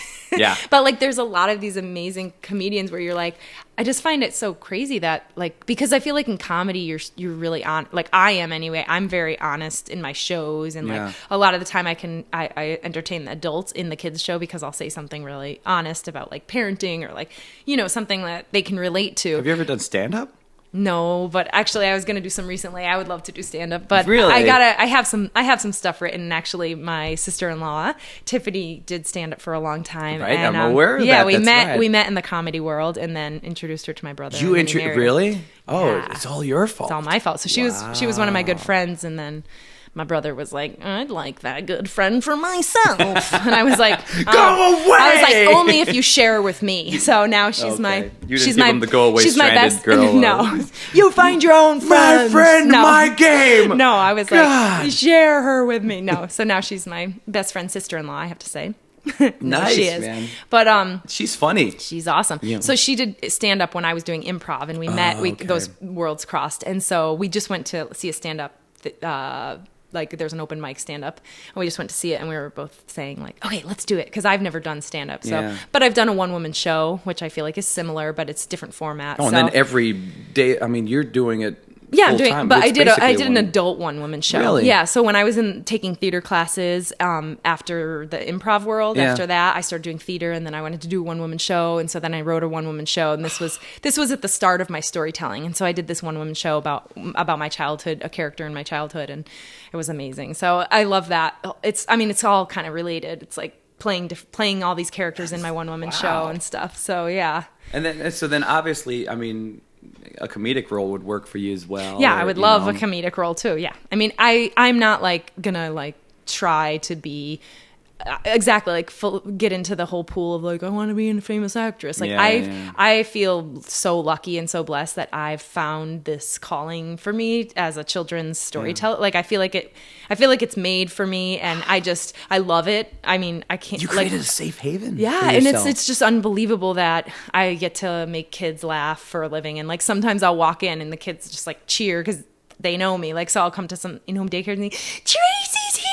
And they just get so excited. I'm like, this is why I do it, because everyone cheers for me when I walk into a room, and it's funny because it's like how amazing to have like all these little kids just, and they're just like, you know, even if I feel bad by the time I leave story like that day, if I'm having like a kind of a morning, it's like I can walk in and I'll be like, oh, I don't feel like telling stories right now because I got, you know, you just got to be super silly and like fun and, you know, and it's like, and then as soon as I get into it, you just stay in the moment. Yeah, it's switch because I'm in the moment and I'm not thinking about, and that's the beauty of children, especially that young, is they're completely in the moment. They're not like, oh, I got to do my taxes later. And, you know, like, oh, I got to have a snack in a couple minutes. And, you know, I should use the potty and wash my hair. They're just like someone needs to come up with like a bit of kids. A camp of some sort of retreat.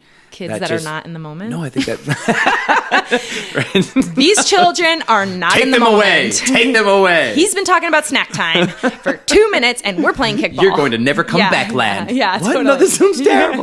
No, I think like a retreat for adults to like rekindle, you know, that childhood energy. Copyright Robby Celestin. Camp. Let's make the camp. No, I mean, it has to happen. No, it should be great, yeah. We forget... Yeah, people just, I don't know at what age, I think the age differs. 8 or 9. you have a hard number because you're in that world. I got 8, exactly. 8 in 1 month. 8, yeah. After your 3 months, after you turn 8, it happens. But I mean, I think just everybody has, because, you know, I think we might be kindred spirits in this, like. You've got that play. Yeah, that thing.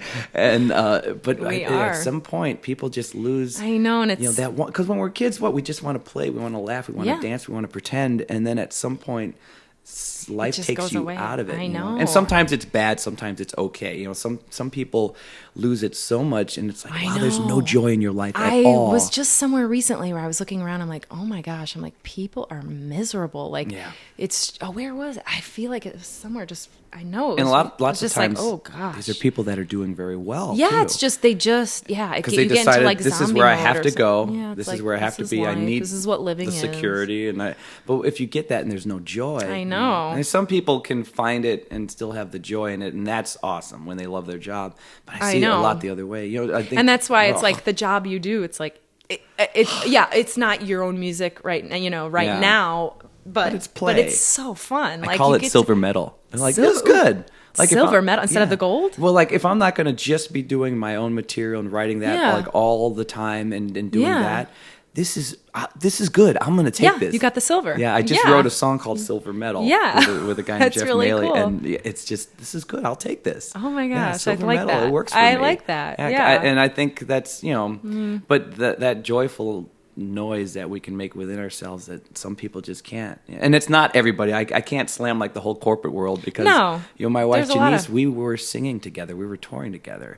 But it was never like in her heart. Right. You know? Yeah. So when she left it, she was okay. Like she loves her job, and she loves what she does, and she doesn't have that longing for something else like I do. You know, I need to be in this world somehow. Yes, you know, the only thing I do notice there is that disconnect. She's back in school now. There's that disconnect between the arts and life, where it's like, oh, you don't forget you were here. You know, I think if she gets an A in her master's class, I'm like, that's awesome. That's so good. Yeah. You know, and then the other day I was a guest on a podcast. I was never a guest on a podcast before. Last week it was awesome. That's amazing. And they just wanted me to podcast? It was called the CAU podcast. Okay. It's a Chicago podcast. It's a music podcast. Oh, okay. Oh man, and just to be after a long summer and fall of like, I don't know how many shows I've done in the last 4 months. You were ready for just for somebody to sit me down and say, let's talk about your music. And that's sing so nice. But there's that disconnect. I'm trying to bring her back. Like, remember, this is great. Yeah. And I think I told her like, oh, finally I had the best day of my life. Right. It was just me and my music. And I can already see she's forgetting that. Yeah. She's like, that's great. Yeah. Like, okay. No, it's not great. No, it's amazing. I also feel joy. Like too, as an artist, too, the hard, like sometimes I kind of like, it never ends. So sometimes I feel like a little jealous of like a teacher where you come home and you've already done your assignments and then work's done. Like, I feel like I constantly need to be creating, and then like I'll get mad at myself sometimes and be like, what? You just watched a TV show? Like, you should have been writing one. Like, so it's like I sometimes get a little like, oh, it just never ends. And it's like, because you're creating your job. So I've been creating my job for a long time. Nice. And so you almost feels like you feel, I've gotten better at not feeling bad, because I'm like, okay, job's over right now. I'm going to go play with my son or, do something. And I also feel like, too, when I'm playing with my son, it's part of my job, because I'm like, oh, that'd be a cool story. Like, I just made one up the other day because he's funny. He doesn't really like my storytelling shows. How old is he? He's 3. Okay. Which is my perfect age range. But he got really jealous in the beginning. So when he was like 2 and he'd see me perform and all the kids laugh, he would get really jealous and he'd go, "No, Mama, all done, all done." And he would flip out, and I would have to like try to bribe him, and I'd give him like a lollipop, and I was like, "You never give him a lollipop." So he would go to your he didn't. No, this would be like if he came to one that was okay for him to come to. I don't bring him to a lot of shows. Like, I would never bring him to a birthday party or anything like that. But I did a block party for my block, and he came and was just like, "How dare you laugh at my mother? That's my laughter," And I was like, "Mateo," and I was like trying to be, funny storyteller, and I was like, "Sit down," and I was like, "Okay, children," and I was like, Mateo was like, "Sit down." I was like, "How about a lollipop?" So I like hold out a lollipop, and he throws it on the ground and goes, "Look, Mama." Like, so dramatic. Wow. Like, I threw a lollipop. "Don't you want to give me some time out?" or something, like, oh no, because he wanted my attention. Yeah. And now he doesn't throw fits. He just like tries to distract children during the show. Like, he'll get in their face and be like, "Look at me. Don't watch her. She's not fun." So it's funny. It's like, I always say, like, the only child that doesn't love my show is my son. And at home, he's always like, "Tell me a story, Mama. Tell me a story. Tell me a story. Tell me a story, Mama." But he doesn't want me to do my show with props and toys. What so does he want? He just wants me to tell him a story. He's like, "Tell me a story, Mom. Mom, tell me a story." Like old school, just tell me a story out of a book? Just make up a story. Okay. And so that feels like an added pressure on top of, like, that's what I do for a job. Imagine coming home for a job being like, "Okay, can you sing? Sing, Dad, sing again, sing another song, sing another." So, but then I used to, in the beginning of his life, when he started saying that, I was like, "Huh," and then I was like, you know what? I was like, there's no pressure. I'm just going to do whatever. And so it actually has helped with like writing and the flow, because I would just like, I took off the like, okay, well, I got to make up a good story. It was just like, okay. And so now I actually started thinking of like tips for parents, because I always hear parents saying to me after a show, like, "My daughter always asks me to tell her a story, and I don't have anything." So what would you say? So what I say is, this actually has worked for me a lot, and because it's like I'm telling stories all the time, it's like I don't want to continually tell stories, even though I love storytelling. It's like at some point I don't want to keep telling them stories all night. I tell the story like of our day. And then, so if there was something that he like really was interested in during the day that like he saw or he talked about, I'll just start talking about that, and I'll tell that story. And there was a boy, and then it just starts opening up, and then I just create something. And then, is it hard to teach that to a non-performer if you're giving a parent a tip, or what would you say to a parent who's like that you don't perform? Now we're at the learning portion of our show. No, I just say what I would say is just tell the story of their day. Yeah. And then something comes from that. And like, you don't have to like make anything else up. Just tell the story of their day, what they did, and then if there's one thing that happened that they liked, maybe like talk about that. So like, he came home from preschool the other day and was talking. He was like, "There was goop at school today, Mama. They had goop." And I was like, "Goop? Ooh." I was like, I didn't know what the goop was, but I was like, sounds fun. And he was so excited about it. So I was starting like, "Oh, there's a boy and he loved his goop." And then I start talking about the goop, and then the goop got all over his room, and I just start making up a story about goop. So that was kind of my focus of the story, which I just let it, I was like, it doesn't even need to make sense. It doesn't, and I just let it go. And like, then actually that turned into a real story, and I did it today, and I got this prop for goop, and I was like, "Oh, cool." So now it's actually helping me. But in the beginning it was like a lot of pressure, because it was like, so the world is your office. I mean, it's just, it's your, so I've been, I keep trying to, everywhere you go. Yeah. That's beautiful, man. I used to do a radio bit. I used to be on the Loop. And on the Danny Bonaducci show. Really? Yeah, I would do a little. I would have to do a little comedy sports bit. That's at fun. the top of each hour. And I remember having. What year was that? Oh God, when was he here? It's probably like 12 years ago, maybe. It was right before he left Chicago. Oh, okay. Yeah, because I went. That was when I started storytelling. It was like 2002. Really? Yeah. And I remember having to I would take the train because I was still living in Northwest Indiana at the time, so I'd have to take the train to the Hancock building where they broadcast. But I would have to take the paper and just find the funny in the day, and then create this it was so you created the whole bit and everything. Yeah, I'd have to write this 2-minute bit. That's awesome. But I remember after a while, in life, driving to a gig or something, that guy is whatever he is, difficult or whatever kind of crazy that guy is. That guy taught me so much on the job. It was a fluke. I happened to go. He was on the air, and he was his first day on the air. He was giving away the world, just whatever. Oh, I'll come to your house. I'll do this. I'll do that. Because he wanted listeners. Right. And I was in college, and I was working at a grocery store, and I'm listening to this. I'm like, oh, that's crazy.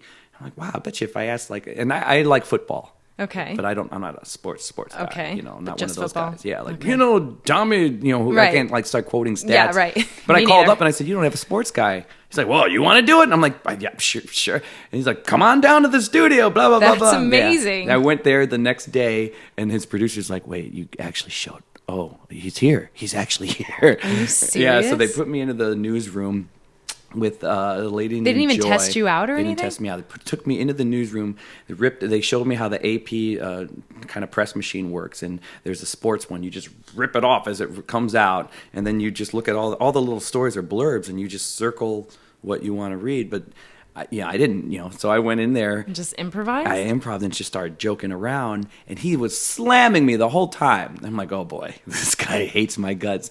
And then we went to commercial. When we went to commercial, he's like, you're hilarious. Come back. Let's keep doing this. And he kept me coming, every week for about a year, and actually never got paid for it. You didn't get paid? No, but I became this personality, and it was so great. But every show he would teach me something else about improv, and I have to give the dude credit. When he was on the air, they would rattle off a quick sheet to the guest, about the guest coming on. Wow. And then he would just kind of retain it, but he would just improv, and he was really funny and really quick. So I owe that dude, because then it got to the point where if I were driving to shows that I'm singing at, if something happened or anything funny, I'm like, oh, that'd be funny for the story. I'd start incorporating the improv into the show. Right. And that's what led so to he taught me. You. Yeah. If my unplugged shows are the most fun, because you've seen the Final Say shows. Yeah.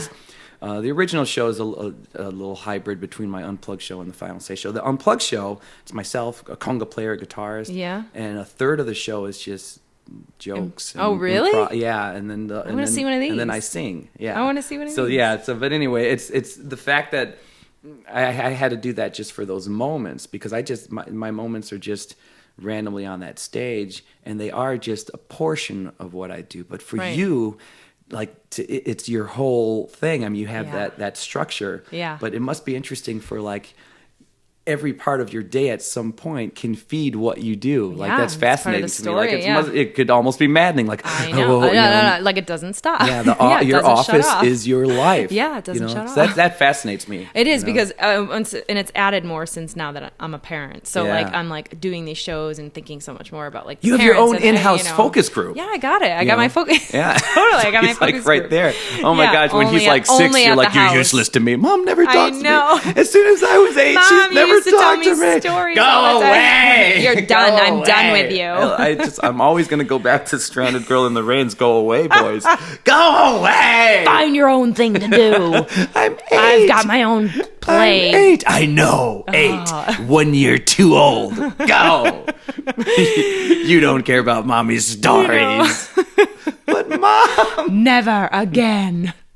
Play drums with your Uncle Tyson. Totally. Find something else to do. Go outside.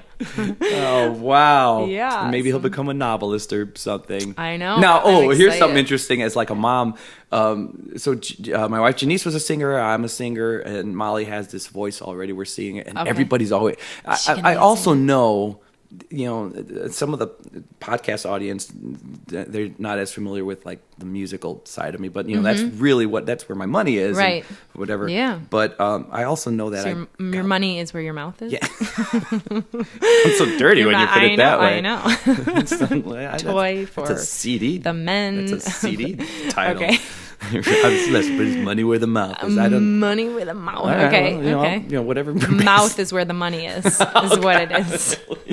So if we were to like separate, it's so weird.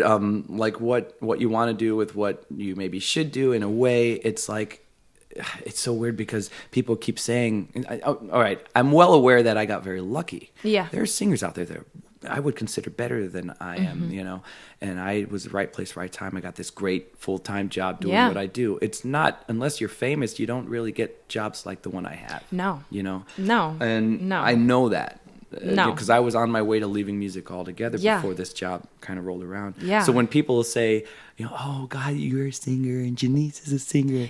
Molly, she's going to work for NASA. She's not going to be a singer. Do you really feel like you don't want it? Because it's I would like her to explore it and fall into it, but to like really push. I mean, I know you're the not music the parent. world. Yeah, the music world, just from like, it's just getting worse. So hard every year. Well, it gets worse and worse every year. You yeah. know? So I mean, I'm not going to tell her what not to do. Yeah.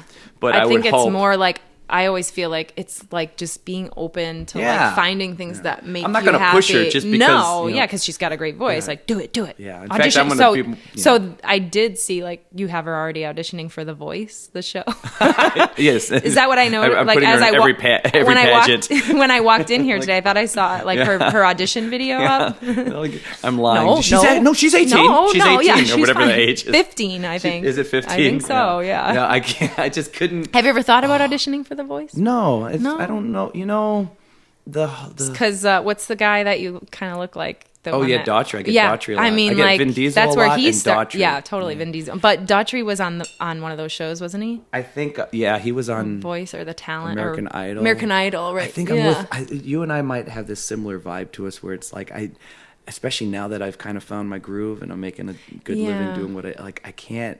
I don't know. I found my own way. Yeah, it's it's something about finding your own way for sure. I don't know if I could do stand in the line. I can't. Walked by one time when I can't remember what was going on. It was one of the shows. It was by the NBC building. Oh, okay. And you just see them, and they're kind of crazy. I know. And they're in line, and they're like, yeah. and you keep walking, and it's like, they're like stretching. And some of them sound good, but it's just crazy. Makes me cringe. It makes me cringe. I would not be myself in that way. I would just be like, I know. I'm the same way. Or people are like, tell me a story. Do a story. Do a show. And you're just like, okay, just. Oh, the dancing thing. I get that because when I'm on stage, there's stuff. I put the hat on. And yeah. And that's the music moves me to do that. Yeah, so and you can tell with yours. Oh, good. You can tell that it's organic and you're not forcing it because it's fun and it's like you're having fun. If you're having fun, the crowd is having fun, and that's the thing. That's the heart, and that's the thing with my show too. Is like if I'm having fun, they're having fun. If I'm not, I'm like, I can. I'm in my head while I'm talking and doing a story. You're just like you just gotta go back into it and have fun. That's the key. Yeah, so I can't do that. It's I know. phony and I don't know. Yeah. Well, it's I weird. think you're on a good path. Yeah, it feels better, especially here. After this podcast. Well, we've copyrighted so many things. So many things. You're gonna be so rich. Totally. Molly's total. Hey, you guys are writing stuff. Can I write? No, you're gonna work for NASA. Yeah. But I'm down. We should collaborate. We'll collaborate. We will. Something. Yes. It's a shame. We should. How have we not? Hung out. I don't know. We live close, and Let's do it. Oh man, let's do it. You're funny. You're funny fun. Sport, man. You're fun. Do this. So, what's next? And so right now, it's about the TV show. Yeah, I want my own TV show. I want my own kids' TV show. I want it. I want it. Yeah, I want it. That's your Oompa Loompa. That's it. What I want to do is be able to capture my live experience on TV. That's tough too. Was it tough? It seems very tough to cap because I feel it exactly. So I don't know. I've had.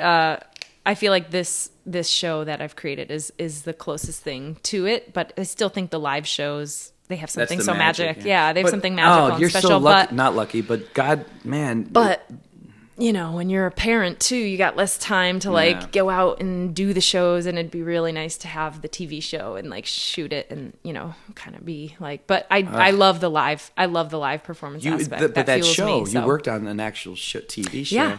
So the fact that you had your foot in that world, that has to serve you. Yeah.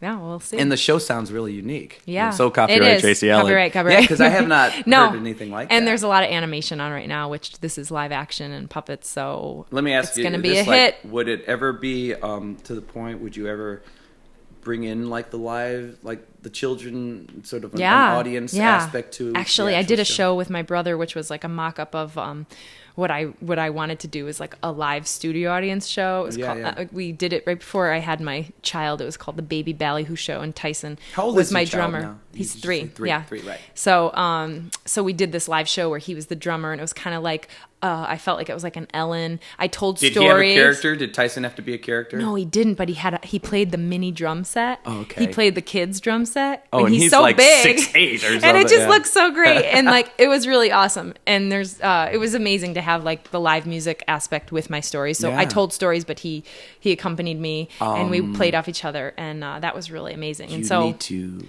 make him be somebody. I know, you gotta make him a for character, our own enjoyment. right? Yeah. Let's do that. Call him Tiny. Totally, Tiny Tie. Seriously. Oh, and then he would have to actually wear a tiny tie. A tiny tie. Yeah. That's really cool. And he would be Tiny Tie. Tiny Tie. I like it. Oh my gosh. Well, I've got a show coming up, and I'll put him into it. Yeah. Every time now, when he listens to this, by the time he gets to the end, he's going to be like, "Oh no." Yeah. Oh no, this has gone terribly wrong. No. Find your own podcast. And then he will run to the rain and cry, and he'll be stranded Tie. He'll know what it's like. You got to make him be somebody. I know. He needs a jester's hat of some sort. Because he's also a very stylish guy. I know. So you need to make him go the I like absolute, Tiny Tie. a Tiny Tie is perfect. All right. It's happening. We're building things here. We are. We've made a lot in this podcast. I hope the show works out, dude. Thanks. That's exciting. It will. I think it will. I believe in it. So, and the main the B Bally... bballyhoo.com is my live storytelling shows. They can find me for storytelling shows at schools, preschools, birthday parties, libraries. Awesome. Yeah. That's my thing. And then you can see my commercial, and don't forget to look up Dancy Nancy. Dancy Nancy on YouTube. That's like you can find her. And then you're still. Do you have time even for like any random auditions these days? Yeah, I still do some auditions here and there. So, but yeah, I do whenever I get called in. You're so animated. We should do like people aren't seeing what I see. Like you're all in. Yeah. As great as your voice sounds, because they're going to hear that. But like your face, your body, people. They're random like donk donk donk. You're knocking the mic a couple times. That's my animation. That's all I get. Right. Yeah, it's like you have 8 arms, but you don't. I know. So yeah, we should we'll have to get you on. We'll do a short or something. I like it. I don't know, because I'm jumping. I have to now that film thing that it's been like a year and a half since we actually filmed it. I do something else. So. You gotta do something else. Yeah. So all right. if it's not like if not even that, if it improvise is musical. Let's. I won't sing. Sure. I'll just narrate. I want to hear you sing though. I'll narrate. I mean, it's loud and proud on the. I think I sound pretty good. Are you ready? You're gonna sing right now? Yeah, I'll sing a song. Okay? Throw down. All right, this is one of my favorite songs that my mom used to. I'm not gonna sing the whole song. All right. And even though we ain't got money, I'm so in love with you, honey. Everything will bring a chain of love. You even have a storybook vibe. And in the morning when I rise, I can fake it. I like the way you're like, wait, hold on. The best Go away. I'm singing. I'm not done. I'm singing Girl in the Rain. I'm not blessed. I'm not blessed with other talents. You're in the morning when I rise. I have to say, your voice even has a storyteller vibe when you sing. What is it? Bring a chain of love. Bring a chain. You know that song? Not Danny's song. Are we trying to do a duet right now? No, I don't know. I mean, I know it, but I don't know it. One of those things. My mom used to sing it all the time. Which people don't believe. I hate that, by the way. If I'm doing a show, listeners, and you hear me sing, and you're coming out and you have a request, no means no. By the way, forget it. Do you know Wagon Wheel? No, actually, I've I not done that one. I think I'm not supposed doing to. it. But actually, eventually, I think I have to do that one because the orders from the office are like, you're going to do these tunes. But I know. I just got oh, we're having a birthday party and the theme is Frozen. Can you do something in your stories with Frozen? I'm like, no, I don't do other people's stories. I do my own stories, but I always have to say, oh, sure, I'll work something in. So, what do you do when you're not doing it? What's your jam? Like, what kind of movies do you like? Or do you watch TV? Or? Yeah, I do like TV and movies. I don't know. I feel like I like all kinds of I like comedy shows. I mean, I like Brooklyn Nine-Nine. That's a new fun show. I like that a lot. Like and the Mindy Project. I like that. I haven't seen that yet. I keep hearing great things. Do you like New Girl? No, that went downhill. I haven't seen the newest season. I thought after a while the dudes were kind of bringing more of an A game than the lead after a while. Yeah. I actually haven't seen it recently. I have to. Which one? One of the the kind of more cantankerous, angry guy. Oh yeah. He is from Chicago. Yeah. He's got roots here. In fact, my second podcast. I should give it. I gotta listen to it again. My first podcast my first guest. Ghost. It was a ghost. Well, something creepy just happened. J.C. Brooks. Okay. J.C. Brooks in the Uptown Sound. Okay. He's friends with those guys. Okay. So every time, what is his character name? Nick, maybe? Yeah. The grumpy one? Yeah, it is. Yeah. Anytime there's a scene in his bedroom, J.C. Brooks' face is just plastered. There's a poster of J.C. Brooks, Chicago's own. That's really funny. Yeah, so it's awesome. Yeah. No, I have to give it another chance. I haven't seen it for a long time, but I just went back in because I'm addicted to Netflix because of the singing hours. Like I can only watch something at like 1 a.m. Right, so you gotta just But I'll watch. Well, my show should be on there soon. Once Upon a Time. I started watching that and looked really good, and then I forgot about it. So I don't know. I thought I heard it like got a little hokey later on, but like I just saw season 1. That's fun. It's crazy, man. Yeah, it's fun. Did you start from the beginning? Or? I started with the first and second episode, and I was like, "Oh, this is fun." And then I think I got like preoccupied or something. Do you do the Netflix thing or any of that? Yeah, I do Netflix. Check it out because it's on there. If you're into any of the fairy tales, it's all make believe. They make it very interesting. Yeah, it's funny. All those a lot of those fairy tales are the grim. Yeah, they started out kind of crazy dark. They all are dark, and it's funny. Like when you try to do it now, it doesn't work because I'm like, I was just saying to someone today at my storytelling show, is like Little Red Riding Hood. I'm like, I've never tried to retell that because it's so awful. It's like, oh, the wolf came and ate grandma, and then the axeman came and like cut. You need to watch Once Upon a Time and see what they do to Little Red Riding Hood. Oh my goodness! Yes. All right, Holy I'm gonna check it out. Yeah, okay. I don't know if it gets any better because I just watched the first season, but all right, Little Red Riding Hood, man, blow your mind. All right, mess up your whole world, okay. Change everything you ever thought. I'm gonna be here for Halloween, so are you really? Maybe I should watch it before. Does that mean are you gonna be like friendly or like hello? No, I'm gonna be friendly because Mateo, my son, is gonna be the wolf. He wanted to be a wolf, so I was like, all right, I'll be Little Red Riding Hood. Awesome. Yeah. And then my husband's gonna be a wolf too. So I got two wolves and Little Red Riding Hood. Okay, that's a party foul. Yeah. Your husband should be Granny. He should.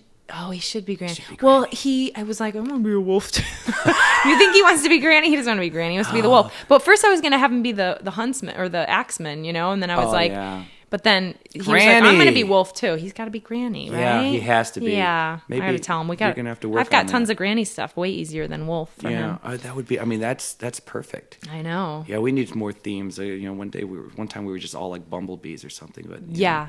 I did one, before, Care Bears. Pre-baby. Janice was a witch and I was a broom. Oh, that's fun. Yeah, that was my favorite one. The X-rated one. There's a great picture of that, and for writing me. In her parents' living room. Oh, it all nice. keeps sounding worse, doesn't it, as it goes on? But it's a great. I'll have to find that picture and post it on the Chatter Effect page. I was a good broom. That's funny. Yeah. That's a good one. We're gonna do some stuff. Let's do it. And I can't. I can't wait to watch your stuff and see yeah, your stuff. Check it out. You're awesome. You're awesome. Thanks for having me. We've known. How long have we known it? 6 years. Yeah. I mean, I only get to see you at your shows, and I think we've chatted like for minutes. Maybe. That's it. I don't know this if we've was really ever fun. Topped like the 2 minute. This is really fun. Mark. Did you have a good time? I had a great time. Are you kidding? Not an interview. It's a conversation. No, it's awesome, and I feel like we got so much work work done. We have all this content we created. So we have to call the copyright office. We do. Like we gotta go. We gotta go. We got something. We gotta do. Play amongst yourselves. Yeah. Do you have like Thanks, guys. We gotta go. Closing theme? Are you do you have like a I sing a song for my storytelling classes, and I just preface it, and I say, I'm going to sing my song, even though my mom says I was blessed with other talents. I say it at my show, and How does Mom feel about that? She's like, oh, Tracey, I didn't say that. I'm like, Mom, you did. You did. Blessed with other She's talents. like, oh, Tracey. Do you realize that's, when you get super famous. I'm going to hang it right over her head. That's your autobiography. I know. Blessed with other talents. Boom, that is your title right there, which eventually gets turned into a movie that hopefully Kate Winslet will play. You'll have to make her play you. Blessed with other talents. Make her play you and make her like do the stranded girl crying scene. Do it over again. Kate, that wasn't a good cry. Again. All right. Well, it's been a treat. And people, Tracey Ellert, man, like find her. That's me. BeBallyHoo.com. Yeah. I love you now. Oh, I love you too. I liked you before, but now we're high-fiving on the podcast. So folks, I hope you guys like this. I love this. It's good to be back. I'm back, by the way. So there's going to be more podcasts like Shuffling Down. I think the next person I talk to might it's like crazy stunt lady or something. Ooh, I like it. She was like a double on Agents of S.H.I.E.L.D. or something. Stunt lady. But you are awesome. You're a blast. So everybody find her and get involved. And if you hear anything about the TV show, what would the TV show be called? The Story Room. Most likely The Story Room. Mm-hmm. If you hear anything about The Story Room on Netflix, anywhere, someone's selling it, and if it's at Target, whatever, just go find her, find it. And if you live in Chicago. And you can buy my DVD. Do you travel? Yes, I do. And you can buy my DVD on my website. BeBallyHoo.com. You can buy What's the Big Idea, which you'll get a copy of. Get the DVD. Get the DVD. Get the DVD, because you can like take that anywhere. Forget the streaming thing. There's a DVD there. Perfect for preschool age children. Yeah? And so are you. You got your male show. Adults that don't. And daddies who just, come on, dads back. That okay. Yeah, no, seriously.